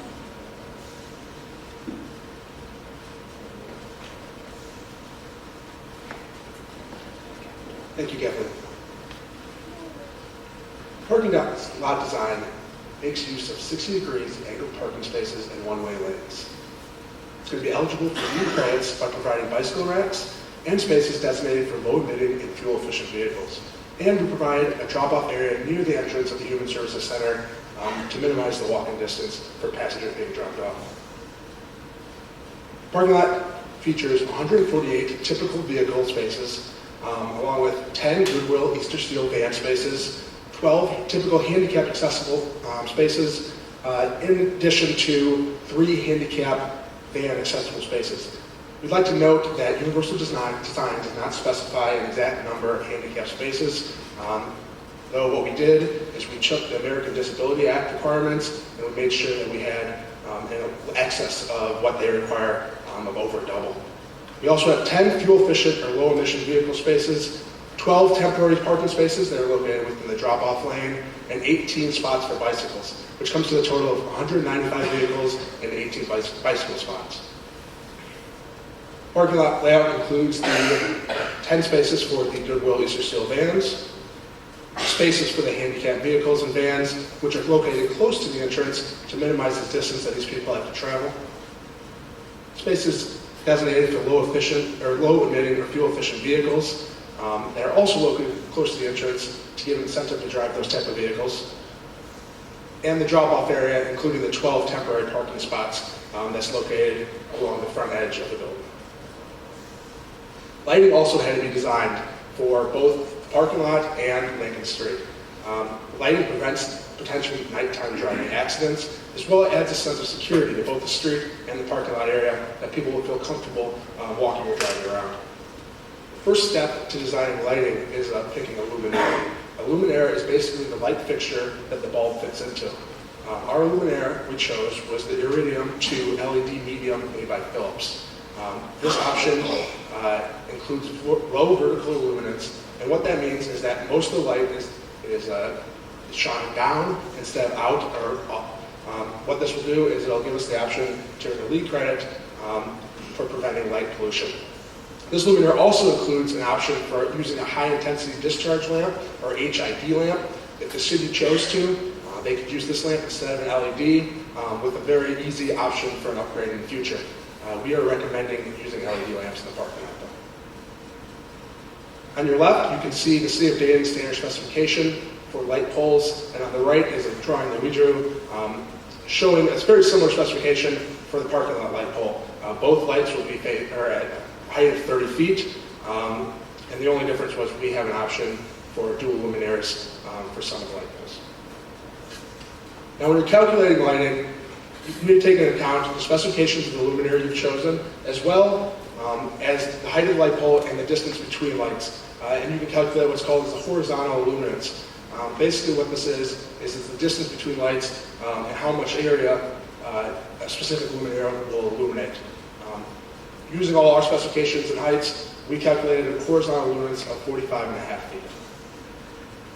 You can see here a lighting footprint using our horizontal illuminance, and all areas of the parking lot and Lincoln Street are well illuminated. Now I'd like to introduce Jake Clancy to talk about signage placement. Thank you, Joe. Roadway signs ensure the safety of the building occupants and also help guide visitors through campus. 6 stop signs were placed throughout the parking lot as shown by the stars. 2 keep right signs were placed at the entrance and exit onto Lincoln Street to keep occupants from traveling on the wrong side of the median. A right turn only sign was placed at the entrance from Warren Street to keep traffic flowing through the parking lot and keep backups from backing onto Warren Street. A no semi-truck sign was placed at the Warren Street entrance to keep semi-trucks from entering the campus, as it would be difficult for them to maneuver through the parking lot. A no parking loading zone sign was placed at the north end of the building entrance to the warehouse. 3 sections for the low-emitting fuel-efficient vehicles were placed throughout the parking lot here, as Joe specified. There are also 3 sections for the handicap spaces here, shown in stars, and also 6 signs for no parking on Lincoln Street were set up so that no traffic would stop to unload and deliver passengers. We also have 2 reserved spots for the Goodwill Easter Seals vans right at the front entrance, a car seat training, 15-minute parking for adult day support, 30-minute parking for donations. We were also asked to design 2 entrance signs for the campus. The first one is the Warren Street sign. It is a double-sided sign so that travelers from both north and south on Warren Street can see it. The dimensions of the sign are 12 feet by 6 feet tall. The second sign is at the corner of Main and Lincoln. It was designed with the curve to match the front of the building, and it is 54 feet by 5 feet tall. Now I would like to introduce Dan Ferber, the team leader for the site civil design.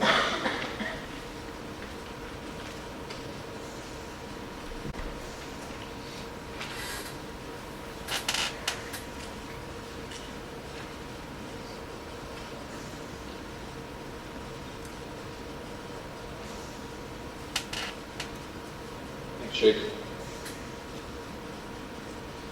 The following list details each team member's name and specific task for which they will present for the site civil group. I was the team leader, and I will present on the project overview and the project tasks. Edward Roth will present on site demolition and site grading. Stephen Tennis will present on the needed fire flow of the building. Adam Odmer on the potable water distribution system. Jared Hartshorn on the watershed characteristics of the site. Michael Tumbush on the stormwater management system. Patrick Julian on the impact of the stormwater system, and he will also discuss the privatized utility connections. Finally, Max Payton will discuss the sanitary system sewer design. Before the presentation goes too far, our team would like to thank the following professionals. Nick Daly, who gave us tremendous insight on the existing stormwater systems for the city of Dayton. Nick's actually a recent graduate here from the university and now works for the city of Dayton in the water department. Also, the ME group for their help with site grading. The following list the specific tasks for which the site civil team was given for this project. First, the team had to research the existing site conditions. Next, the team had to create a demolition site because of the current conditions of the site. Then we created a demolition plan for the site. Next, the site grading plan was begun. Most importantly, the site civil team was responsible for creating a safe network of utilities for the site. The team specifically designed the stormwater system, the potable water system, and the sanitary sewer system.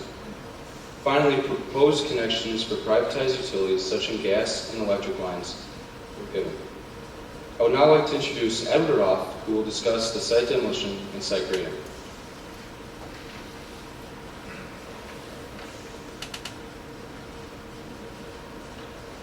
Thank you, Dan. First, I'm going to talk about site demolition. In order to start the project at 652 South Main Street, a demolition plan had to be executed. The demolition plan is organized deconstruction of existing buildings and other structures. This plan must be done carefully to preserve the valuable elements for your use. For a specific site, existing buildings and pavement had to be deconstructed, as well as some existing utilities that ran down the length of Joe Street. The existing buildings that were demoed included Creative Banners, Flags and Poles, the Salvation Army, Freedom Electrical Contractors, an apartment building, a residential home, and Benham's restaurant. The existing road pavement for Joe Street also had to be deconstructed. The only building on the site that is to remain is the clubhouse, and that concludes site demolition. Now I will introduce site grading. Site grading is the movement of earth by mechanical means to alter the topographic features of a site, including elevation and slope to prepare for the construction of facilities and to enforce adequate site drainage. For the parking lot that was designed, it followed ADA pavement design requirements. These requirements included slopes of less than 2% to the entrances of the buildings and for drainage structures not to be in the pathway of vehicles or pedestrians. For the Human Services Center, we created and designed for the building to be the focal point of our site. In order to accomplish this, we graded the building at a higher elevation than its surroundings. Having the Human Services Center at a higher elevation also served a dual purpose in drainage, allowing water to run off away from the building and into our proposed drainage areas. With ADA and universal design considerations and the inclusion of 2 vegetative filter strips, we designed the parking lot to slope at an approximate 1% away from the building and to have a slight crest in the middle of the parking lot. This means that the middle of the parking lot will be at a higher elevation than the immediate surrounding areas and will slope at a 1% with the rest of the parking lot. Therefore, the parking lot will drain approximately 80% of the paved area into our vegetative filter strips, as we have shown with red dots at the high elevation and red arrows for the drainage paths. All other paved areas, including drives, were designed to drain into curb inlets.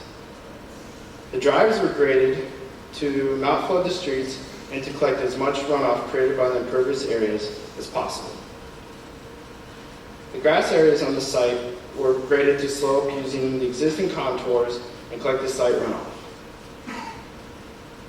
The path of the grass areas flow into yard drains, and that concludes site grading. Next, I would like to introduce Steve Tennis to talk about needed fire flow.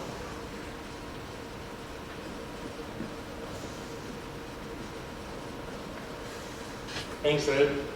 Needed fire flow is an estimation of the amount of water required to be able to put out a fire for an individual building. In order to obtain this value, I use the ISO's needed fire flow equation. The first step in calculating needed fire flow is determining the class of construction. In other words, identifying the materials used to construct the building. The Human Services Center building closely corresponding to the 5th construction class with a numerical value associated with it of 0.6. The second step was to calculate the effective area of the building. This was achieved by adding the total square footage of the first floor with 50% of the total square footage on the second floor. As a result, the effective area of the building is 52,252 square feet. Both of these values were substituted in the type of construction equation, which results in the final answer of 2,500 gallons per minute. The next step was to determine the building's occupancy combustibility class. This examines the amount of combustible material contained on each floor. After my analysis, I concluded the building closely identified with the second occupancy combustibility class, with a numerical value associated with it of 0.85. Variables X and P were excluded because they were not applicable to the building. The values from the other variables were substituted into the ISO's needed fire flow equation, which resulted in a needed fire flow of 2,250 gallons per minute. According to the City of Dayton specifications, the maximum space between 2 fire hydrants has to be within 300 feet of each other. There are 7 fire hydrants surrounding the site. In order to satisfy the City of Dayton's requirement, I propose these 2 additional fire hydrants. Next, I would like to introduce Adam Ottmeyer, who will be presenting on the potable water distribution system.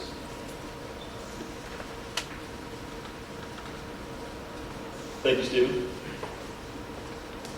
The existing conditions of the potable water system are owned and operated by the City of Dayton, with an 8-inch water main running on South Main Street.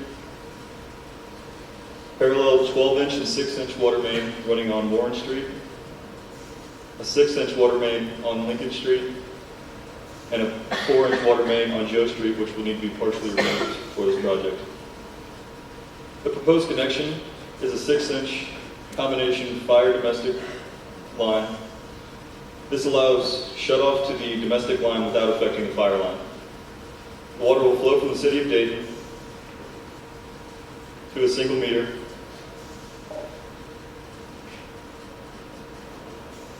where on normal operations will feed the building through the domestic line, and in case of emergency, will be fed through the fire line. This only requires 1 meter, yet a larger meter. It eliminates stagnant water in the service line and does not require any added room in the public right-of-way. Proposed connection will be made on South Main Street and enter the north wing in the mechanical utility room located in the warehouse area of the Human Services Center. The systems analysis was done on using EPA Net 2.0, which is a free water distribution modeling software. An example of this software can be seen here with the proposed building site. This model incorporates all maximum and average day demands for the city of Dayton. Once the model was calibrated and all the upgrades to the system were made, it was determined from the simulation that the needed fire flow of 2,250 gallons per minute were met by our system for max day and average day conditions, as shown at the bottom of the screen. Now I'd like to introduce Jared Hartshorn to discuss the watershed characteristics.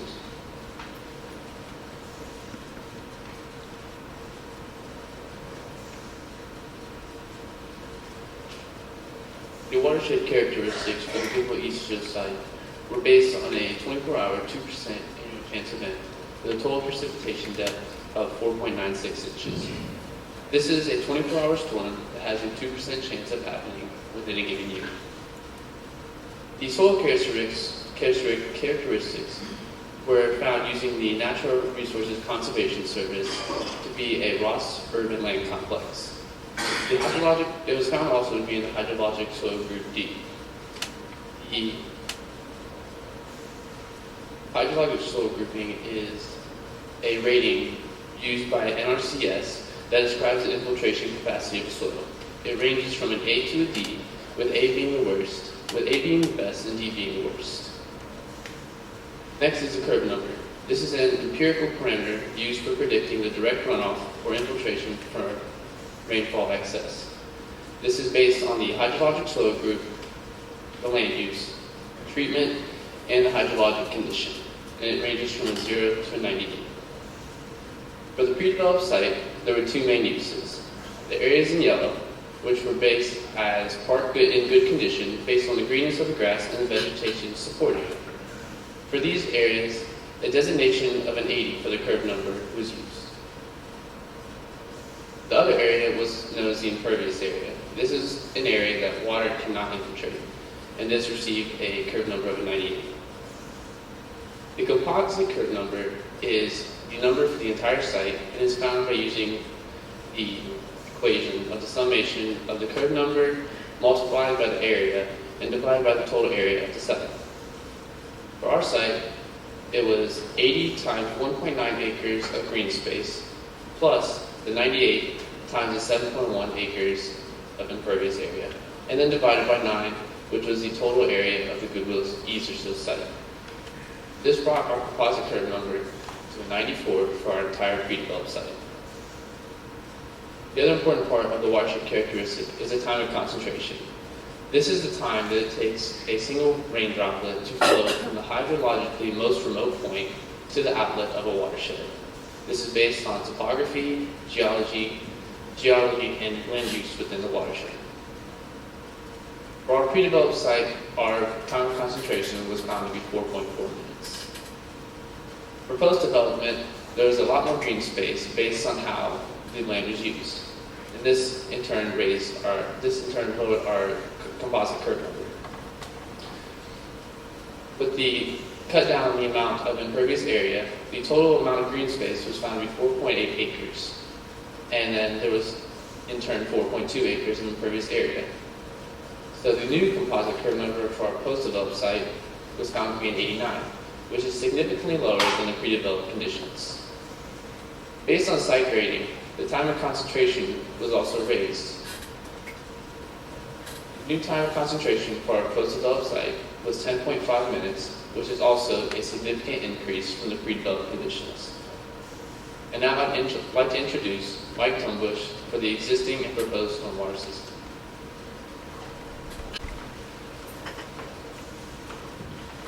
Thank you, Jared.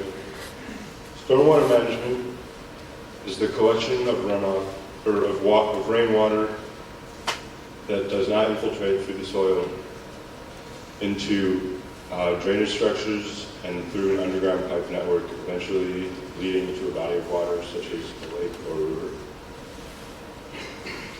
The design consists of a form of Manning's equation using the 4 variables defined below. The peak runoff from the total area from which each pipe drains for the 4% annual chance event specified by the City of Dayton design standards. The roughness coefficient, which accounts for the friction in the stationary pipe acting against the water and the slope of the pipe. You then take that number, convert it to inches, and round up to the nearest nominal pipe diameter, which for our system ranges from 12 to 21 inches.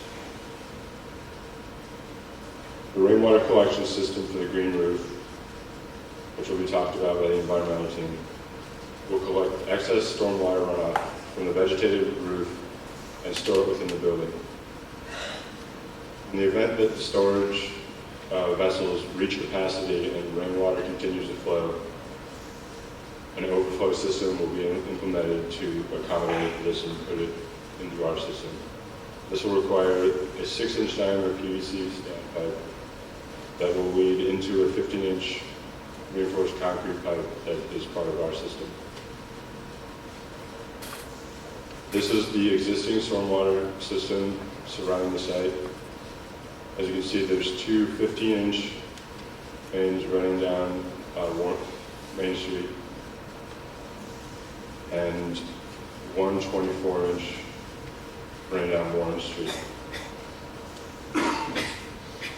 Seen in pink is our proposed system. Placement of the storm drains were based on the site grading, which I talked about earlier, and they were all connected by a series of pipes and manholes. It's divided into 2 separate networks: storm sewer north and storm sewer south. Storm sewer north includes the area in the north half of the site, and starting at the left end drains to that manhole, and then the runoff from the roof drains also into that manhole, connecting it, which then continues down to manhole at the entrance of Warren Street, which has 3 additional catch basins, which drains that area there, the parking lot area, and continues down to the last manhole, which includes the top half of the parking lot and the storm drain and the grassed area to the north of the site. And that all is output into the existing 24-inch storm main on Warren Street. Storm sewer south covers the area in the south part of the site. Storm drain from the south part of this parking lot drains into the manhole in the clubhouse grassed area. And from the drop-off area drains into the same manhole. That manhole continues on to the next, which includes the entrance of Lincoln Street, 2 catch basins there, and then a catch basin in the future construction site, which all drains out into the existing Warren Street main line. Now I'd like to introduce Patrick Julian with stormwater analysis.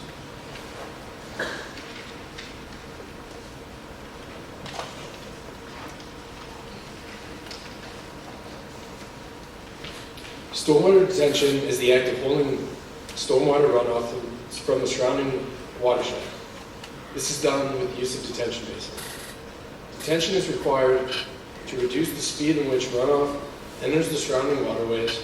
The speed of runoff can cause many problems, including erosion and flooding. Stormwater retention is required on all new developments, including the Goodwill Easter Seals regional headquarters, if the runoff increases from the pre-developed to the post-developed conditions.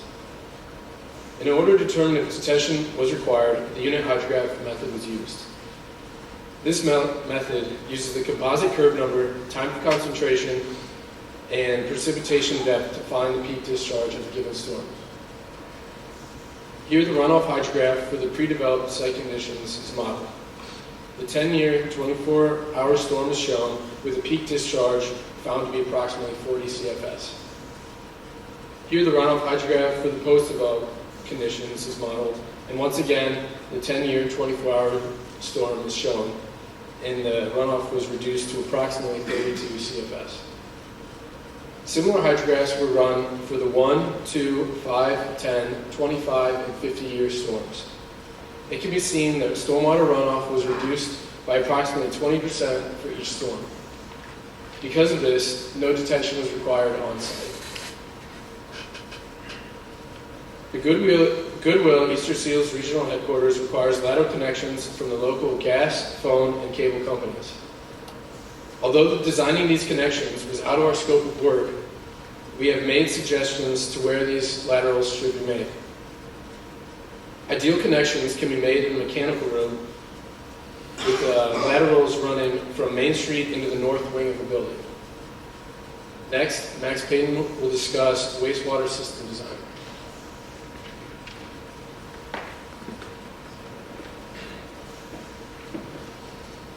Thank you, Patrick. Sanitary sewers are sewers that hold anything that goes down the drain or is flushed down a toilet. Some of this matter can include skin, soap, water, or human waste. Typical problems that are associated with sanitary sewers include main break, which occurs when corrosion or intrusion of the pipe, which is when a tree branch or something similar breaches a pipe wall, and backup or overflow, which occurs due to low velocities in the pipe, clogging the pipe, and then an overflow will occur. To ensure that these problems do not happen, we use the Ohio EPA Green Book and the City of Dayton Water Standards. Some of the design recommendations that these sources include are having a peak velocity in the pipe between 2 and 10 feet per second, and ensuring that the pipe flows no more than 90% full with water, both of which prevent corrosion and clogging of the pipe. The Human Services Center is categorized as an office building, and by multiplying the average flow factor by the total number of building occupants, we are able to determine that the average daily flow is approximately 4 gallons per minute, and the peak flow is approximately 27 gallons per minute. The existing sewer main that we are tying into is located along South Main Street and is 8 inches in diameter. Using the slope of the pipe and a variation of Manning's equation, we were able to determine that the flow of the pipe is approximately 470 gallons per minute. The lateral connection, or pipe that connects the building sewer system to the city sewer system, will be a 6-inch pipe made of ductile iron and will be located on a 3% slope. The peak velocity in the pipe is approximately 5 feet per second and has a max depth of approximately 1 inch, both of which comply with the City of Dayton water standards. The existing main will have an increase in flow to approximately 495 gallons per minute with the effluent from the Human Services Center. The velocity in the pipe, however, will still only be 3.1 feet per second, and the maximum depth will be approximately 7.1 inches, both of which still comply with the City of Dayton water standards. The lateral will tie in along South Main Street and be located near the restrooms on the first floor. I would now like to introduce Kyle Lowry, team leader of the environmental design team.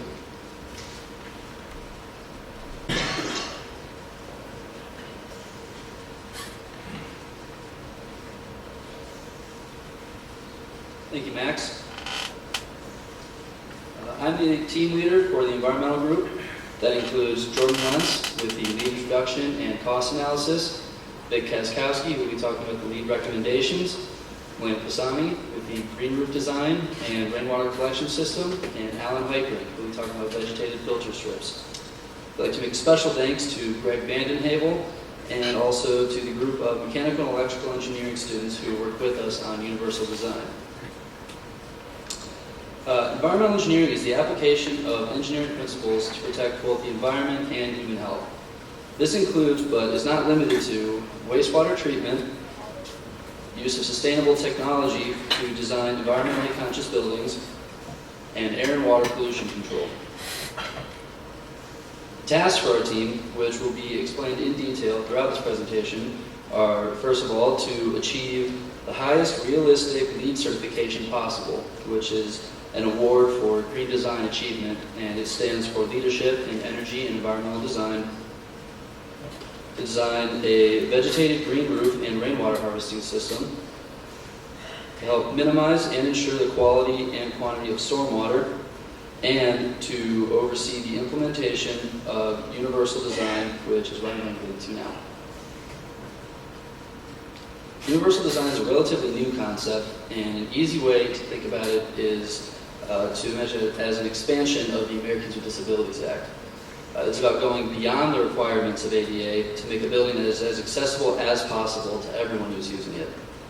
This falls under our scope of work because the comfort of building occupants is something that is accounted for by LEED. There aren't really codes or regulations for universal design because it's something that is not required, but there are 7 principles that define universal design. They are equitable use, flexibility in use, simple and intuitive design, perceptible information, tolerance for error, low physical effort, and size and space for approach and use. All right, now here are a few of the specific ideas that the Universal Design Group had for use in the Human Services Center. First is the SMART system, which is a long-range proximity-based system that activates building features based on need. And this will be used in conjunction with long-range proximity readers with sensors that can be attached to either bracelets or necklaces or things like that, and stickers that can be attached to either wheelchairs or scooters or canes. And the idea is that each guest or employee can have one of these sensors that will communicate to the system any disabilities or needs that they may have, and the building can then adapt around them in order to meet their needs. And this can be used for anything from elevators for light activation, audio pylons, automatic doors, or really anything that would make the building more accessible to that person. All right, now for the bathrooms.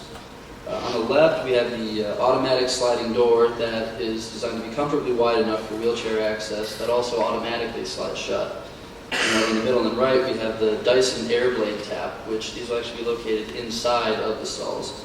And they are a combination hand dryer and water dispenser.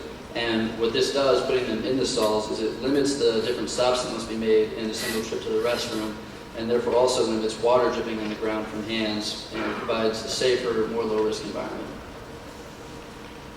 This is the design they found for a universally designed toilet that is intended to be easier to use for people in wheelchairs, but that is also flexible for use depending on who is using it. This is an architectural rendering of an adult day support room for visitors with Alzheimer's or dementia. Over on the front right, you can see the movable tables that provide personal space, but also have the option of pushing them together for group-oriented activities. On the left side are the individual lockers for the visitors that they can use for activity storage. These will be easily accessible with shelves that can be reached by someone in a wheelchair. In the back right is a station for a Nintendo Wii, which is actually something that has gained a lot of popularity in nursing homes because it provides both mental and physical stimulation. And they even have now special paddles and controllers that are larger and easier to grip. And these rooms will be designed to provide separation between people in early, middle, and late stages. And now I'd like to introduce Jordan Lentz with lead introduction and cost analysis.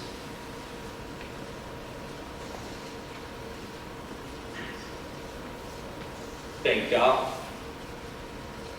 LEED, short for Leadership in Energy and Environmental Design, is a way for building owners and operators to quantitatively measure green building design, maintenance, and construction solutions run by the United States Green Building Council. LEED is comprised of 7 different rating systems: homes, neighborhoods, commercial interiors, core and shell, new construction, school, retail, and healthcare, and existing buildings. For the Human Services Center, the new construction rating system will be implemented. For new construction, 110 possible points are awarded in 7 categories. 100 base points are available for sustainable sites, water efficiency, energy and atmosphere, materials and resources, and indoor environmental quality. 6 bonus points are available for innovation and design, and 4 bonus points are available for regional priority. There are 4 certification levels based on points earned: certified, silver, gold, and platinum. The Human Services Center will be receiving gold certification. In order for a project to become LEED certified, the owner must fill out an application and pay a fee to the United States Green Building Council. Baselines for the categories must then be determined. A baseline is a standard used to determine how much of a certain resource is being saved. For example, the baseline for a standard flush toilet is 1.6 gallons per flush, and any toilet that uses less than 1.6 is eligible for LEED points, depending on how much less than 1.6 it uses. The United States Green Building Council then certifies the building and issues a plaque. Now, why spend the extra money to become LEED certified? Well, LEED certified buildings use resources more efficiently. Healthier work environment leads to more comfortable and healthy employees, thus increasing their productivity. Government incentives, such as tax breaks, community approval, and marketing. It is 2013 now, and energy efficiency, sustainability, and the overall health of the earth are becoming bigger and bigger priorities in society. The Human Services Center will be receiving 63 out of 110 points, thus earning gold certification. It should also be mentioned that some of our predictions are on the conservative side. So there are more points to be attained possibly. Here's a total cost breakdown for each LEED category. It should be mentioned that the sustainable sites is so expensive because of the green roof. Those aren't cheap. Total cost for becoming LEED certified is just under $900,000. Now, to determine the net present value, the internal rate of return, we took into account costs associated with those specific upgrades that will save Goodwill Easter Seals money down the road. The net present value and internal rate of return are 2 common ways for determining whether a project's investment is worth it or not. Now, the NPV is the sum of yearly expenses and savings while taking into account future interest rates. The internal rate of return is the ratio of money gained or lost to the money invested. In both cases, a positive value is desired. With our NPV of over $500 million and our IRR over 8%, The investment to become LEED Gold certified is definitely worth it. Now I'll introduce Vic Kiskowski for LEED recommendations.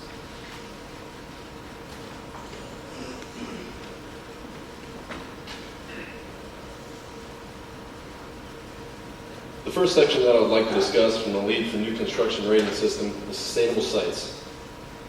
In this section, points are awarded based on selecting a site that has been designated a brownfield or land that has been previously developed upon. Also, points are awarded based on the proximity of the site to mass transit stations and major arterials, miscellaneous site design features such as bike storage and parking for fuel-efficient vehicles, and stormwater management through the use of features such as permeable pavements and rain gardens. We anticipate achieving 17 out of the 26 available points for this section. Next section I would like to discuss is water efficiency. Points are awarded in this section based on efficient landscape design through the use of native and water-loving plant species, recycling gray water and collecting rainwater for use as gray water, and implementing general water use reduction strategies such as low-flow fixtures and no-flush toilets. We anticipate achieving 8 out of the possible 10 points for this section. Next, I'd like to discuss energy and atmosphere section in LEED NC. This section awards points based on decreasing overall site energy consumption and the use of renewable energy sources within the site itself. Strategies for achieving credits within this section include using solar, geothermal, wind, or any other on-site renewable energy source, and also decreasing overall building energy consumption with the use of automated lighting controls and efficient HVAC design. In this section, we anticipate achieving 12 out of 35 possible points. But we would also like to mention that as of now, this number is highly speculative, as many of these points rely on the results of the building commissioning process. The next section I'd like to discuss is materials and resources. In this section, points are awarded based on the reuse and recycling of existing structures on the site, implementing waste control strategies during construction, using regional materials, meaning materials located within a certain radius of the construction site, using rapidly renewable building materials such as bamboo, cork, and plant fiber, and using wood that has been certified by the Forest Stewardship Council. We anticipate achieving 6 out of the possible 14 points for this section. Next section I would like to discuss is indoor environmental quality. Points are achieved in this section by creating an overall healthy and more enjoyable working environment. This is accomplished by using HVAC systems that maximize fresh air circulation, increasing the use of natural lighting and optimizing indoor lighting through the use of dimmer switches and individual task lighting, using low volatile organic compound emitting furniture, floorings, and coatings. We anticipate achieving 15 out of the 15 possible points for this section. The innovation and design section differs slightly from the previous mentioned sections in that points are awarded as bonus points in addition to credits already achieved. Bonuses can be earned by exemplary performance, meaning that a credit has been achieved using standards that far exceed those required by LEED certification, and the use of a design deemed innovative by a LEED accredited professional. We anticipate achieving 2 out of the available 6 bonus points for this section. And the final section I would like to discuss is regional priority. Similar to innovation and design, points in this section are awarded as bonuses in addition to credits already achieved in other sections. These bonuses are earned based on site location within a certain region and zip code. For example, a project being designed in an arid region might be eligible for bonus points in the water efficiency section. Up to 4 bonus points are available for 6 regionally specific credits, and we anticipate achieving 3 out of the 4 bonus points for this section. I would now like to introduce Milena Pisani, who will be discussing green roof design and the rainwater harvesting system.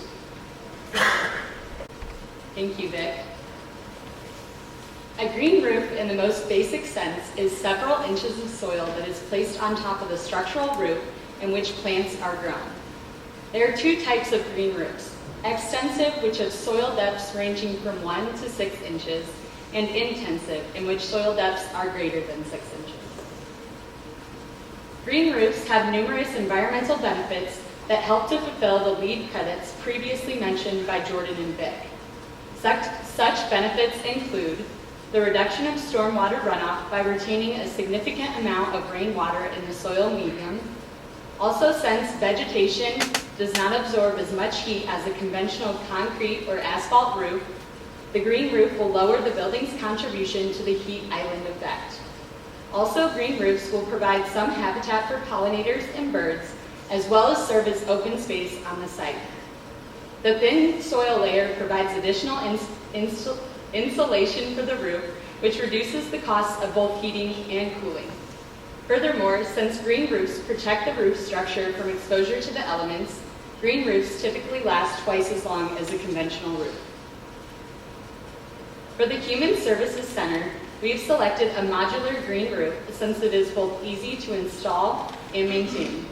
The modules are each 2 foot by 2 foot squares that are 8 inches deep. Therefore, the roof will be classified as intensive. The modules will be pre-grown in a greenhouse to 95% vegetation, then transported to the building site, hoisted to the roof, and then will be moved by one individual to the desired location. The modules can be stepped on for maintenance. However, the plant types that were selected will minimize the required watering and weeding. Several buildings in the Dayton area have modular green roofs, such as Dayton City Hall and Tech Town.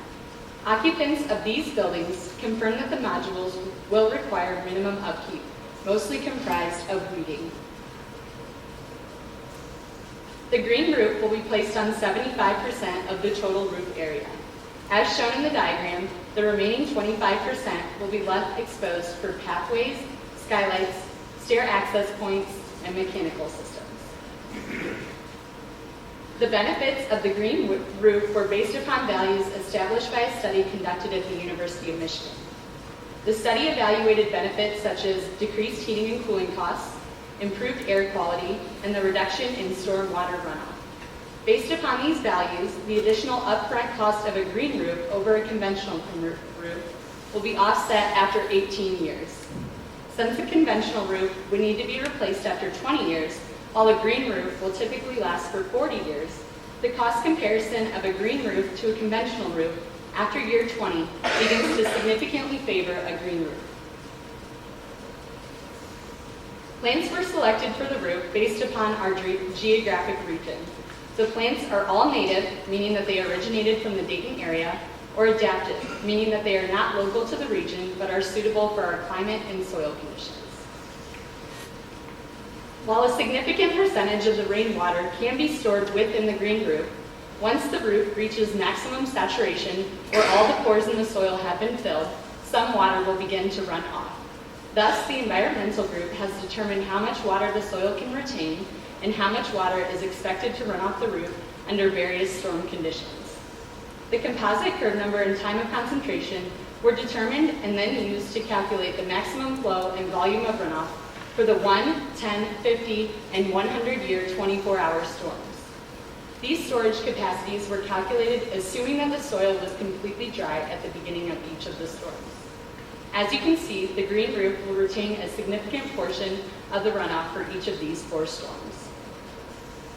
The next several diagrams show the drainage system that the environmental group designed for the roof. Once again, here's the overall roof layout.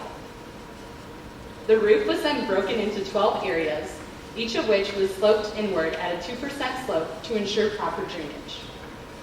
A storm drain was placed in the center of each of the 12 areas, and 4-inch PVC pipes connect each of the drains and then transport the water to the center of the north wing of the building, where a rainwater harvesting system will be located on the 2nd floor. The rainwater harvesting system consists of 3 5,000-gallon tanks. These tanks will supply several toilets throughout the building, as well as the water wall that is located in the building's atrium. Overall, this rainwater reuse will help us to fulfill one of the lead credits in the water efficiency category. Next is Alan Heitbring to discuss vegetated filter strips.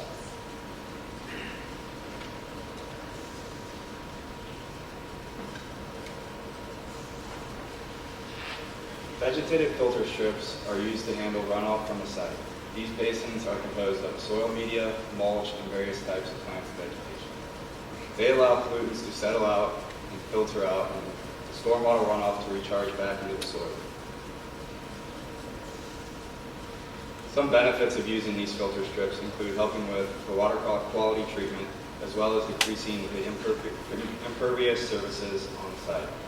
Additionally, they help with lead points for the sustainable site selection. Location of the 2 filter strips are shown here. They are approximately 10 feet by 270 feet long and will add aesthetic value to the entire parking lot. Here is a cross-section of the filter strip. It's composed of a 3-inch mulch layer on top of 30 inches of planting soil, a filter strip which includes the geotextile fabric, and then 12 inches of number 57 stone. Runoff from the parking lot will enter the grass filter strips, and then allow it to settle out through the basin, as shown here in the arrows. The various types of vegetation for the filter strips was selected to be regionally appropriate and can tolerate wet conditions as well as pollutants. Trees include a serviceberry and a magnolia, and the grass filter strips were a Kentucky bluegrass with rosebud azalea lined along the middle of the basin. I would now like to bring back to stage the project managers, Dan Kenloggy and John Whiteford.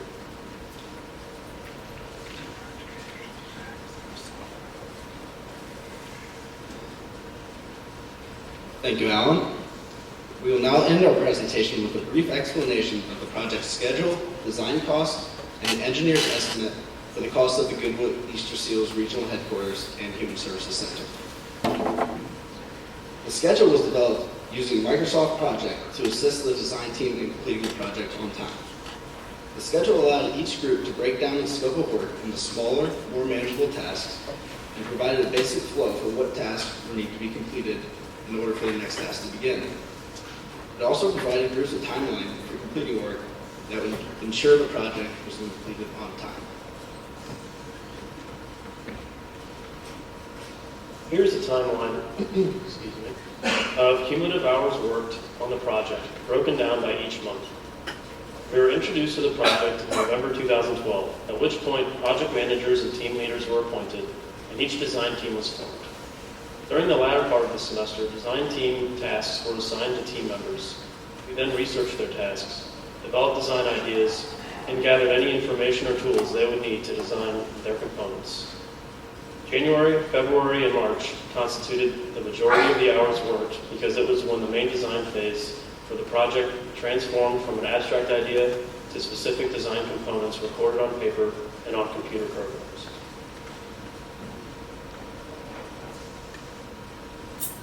Our goal was to have the entire design phase complete, along with final reports by April 1st, so that both project managers would have ample time to review reports, tally hours worked, perform a cost estimate, and print drawings before the final due date of April 17th.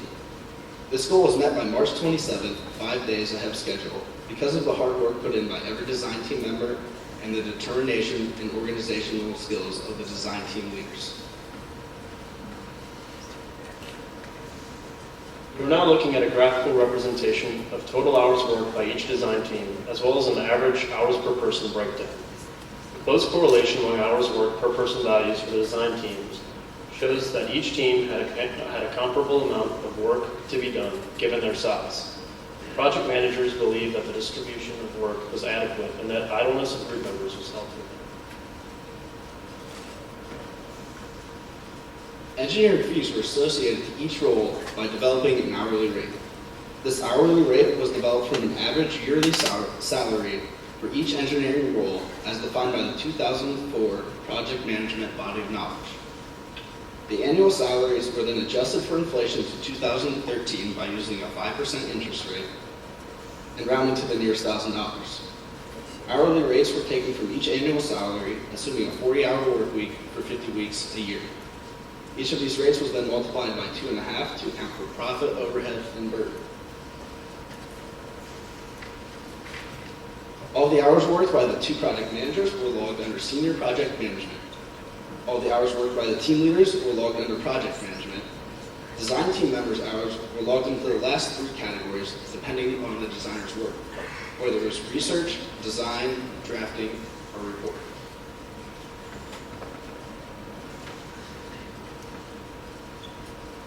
Once all hours were logged under the correct role, an Excel spreadsheet was used to categorize all hours worked by team member, role, design team, and month.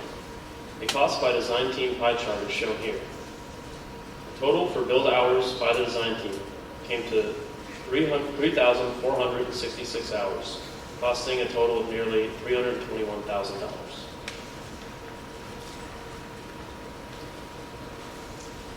The project managers were fortunate enough to gain assistance from 2 University of Dayton civil engineering alumni at a local construction firm, Turner Construction, in order to help with the cost estimate. Their expertise and help from an estimating software program allowed the project managers to give a very detailed yet conservative estimate for the project.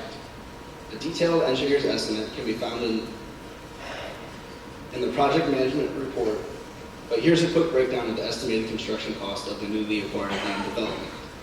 The flat cost of the structure, complete with spiral ramp, interior universal design components, energy efficient components, and gray water system, and green roof, which was estimated to be just under $15 million. When taking into account all necessary contingencies, legal fees, insurances, future design fees, testing, printing, advertising, consulting, surveying, and moving fees, the total estimate comes to approximately $20,213,000. This concludes our presentation. We would now like to introduce the chair of the Department of Civil Engineering and the coordinator for this design course, Dr. Donald V. Chase.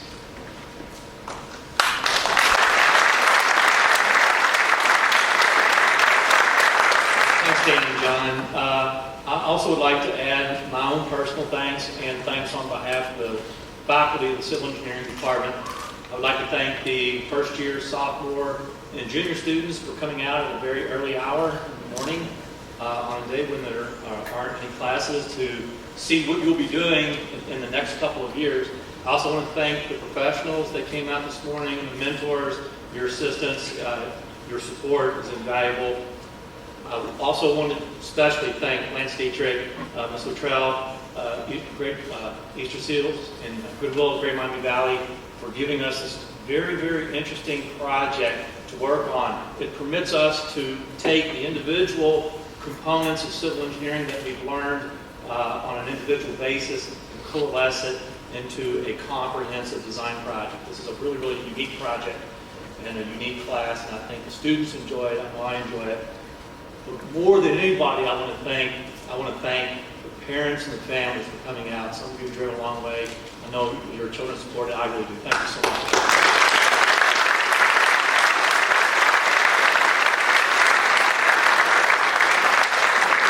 Of course, the biggest thanks of all go to this hard-working group of seniors who really invested, as you saw, in terms of number of hours, and Lance had $320,000 invoice to be in the mail soon. Blood, sweat, and tears. So thank you very much, guys.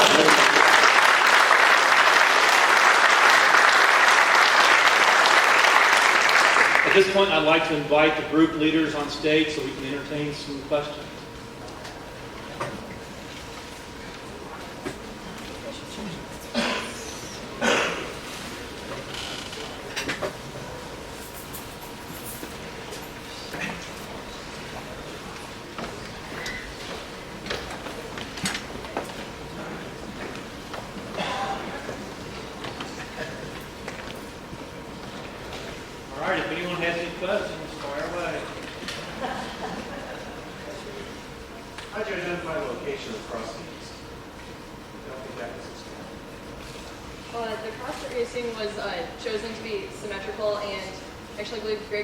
That we chose it to be symmetrical around the building and also to avoid windows or locations where it could be interrupted. So we tried to keep it in the warehouse or bathrooms where we didn't necessarily need to do outside. Other questions? I have a question. On the universal design piece, I guess came under the lead. Did you guys have trouble finding a lot of information out there as far as standards and stuff like that? Or how did that go? Was it hard to find information? Well, as far as by standing to the 7 principles of universal design, because there are actually a decent number of existing sites out there that do use universal design. So there were some good examples that provided some material and some ideas. But other than that, we're just given the 7 principles that really just describe what it is for design to be universal design. It's a bit of a gray area. There isn't like really set concrete standards, but there are enough examples out there. And let me add a plug too. We received great assistance from mechanical engineering, electrical engineering students, especially as it related to the universal design.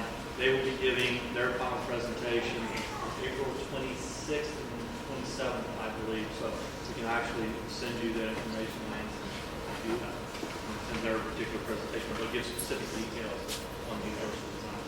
You guys did a great job. Other questions? I don't know who addressed this, but when figuring the cost of the green roof, were there additional costs that went into the structural part of the building to support the weight of the roof?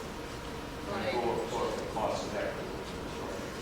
Yes, there was a considerably higher dead load, which Tom described earlier. And so that definitely required that the roof beams be designed a little bit more than they would for an ordinary roof with ordinary loadings. I don't know the exact cost addition now.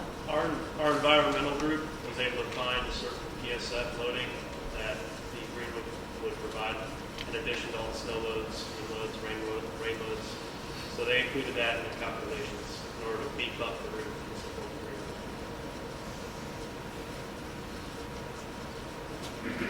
Internal rate of return is always interest to clients, and I understand you base it on energy savings or take a 20-year period. How do you determine energy savings?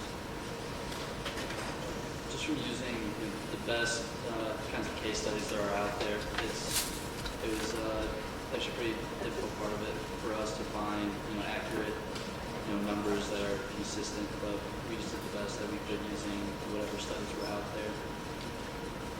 Yeah, it is challenging when there's not an existing building that you can have raw data for energy usage and then put a green roof on top of it and see what difference it makes. So largely you look at structures that are similar in size and energy usage and use what they found.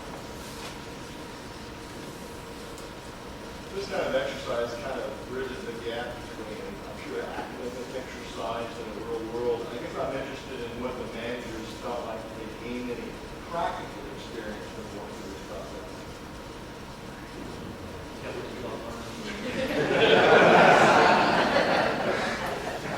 The universe for the design, Capstone design project, that's the number one point of doing it, is to bridge the gap between us graduating soon and going out into the real world.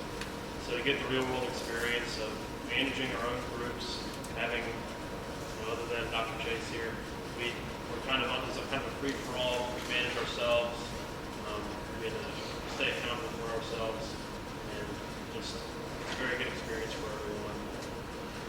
Oh yeah, we did weekly progress meetings, so situations like that put you in the real world experience. Questions? Comments? I'm just curious about the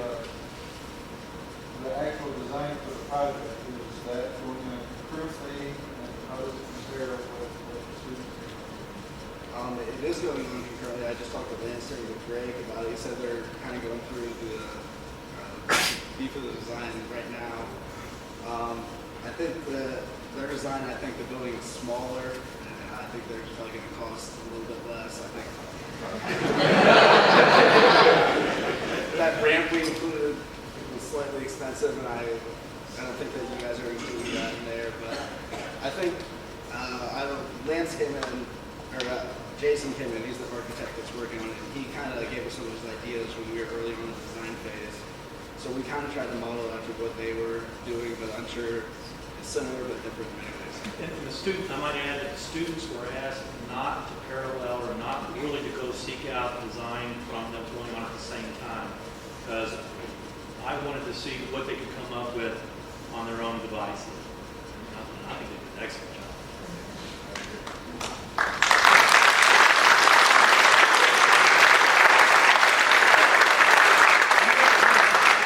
Any other questions or comments?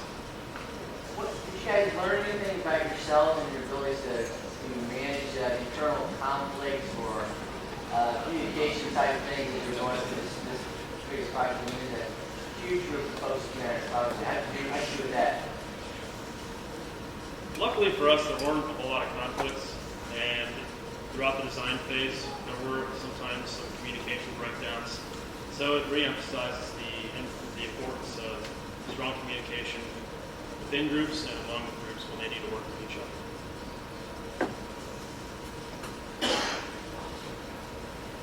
One of the big deliverables that come out of this project within your presentation is your plan set and your design specs. Can you talk a little bit about your process going through putting those together and working together as a group and how was the first time going through that process?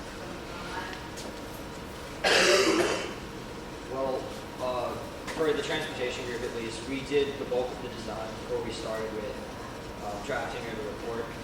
And then once we did that, we had to work really closely with site civil and environmental in particular, just to make sure that our plans coincided and our reports didn't have any conflicting information. So, like Dan said, that's the importance of communication. It was an iterative process, and if we weren't communicating, we would have been in a lot more trouble at times.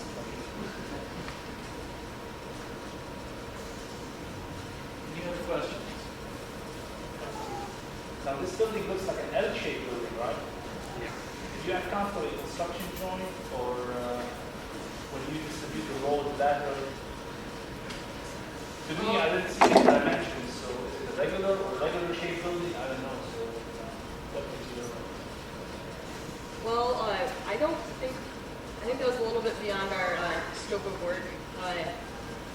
We, for the exterior masonry, we did look at where and if control joints or expansion joints would be necessary, but I don't think in the structure itself we accounted for those. Any other questions or comments? I'm trying to make one final thought. We've had a couple meetings where we covered you guys at the very beginning of the project and then intermeetings. Throughout the process, I've been very impressed by the students and the universities. My background's in accounting and I did director from UD, but I've heard good things like engineering school before. Some of this is to reaffirm that, and as a group, you guys did a great job today, and I've been very impressed with you throughout, and also trying to take it away from all things. Well, thank you, Lance, and I've been really happy with this group. You guys have been a lot of fun to be around the past 5 years for those co-op. It's a 5-year program. So I really thank all that you've done.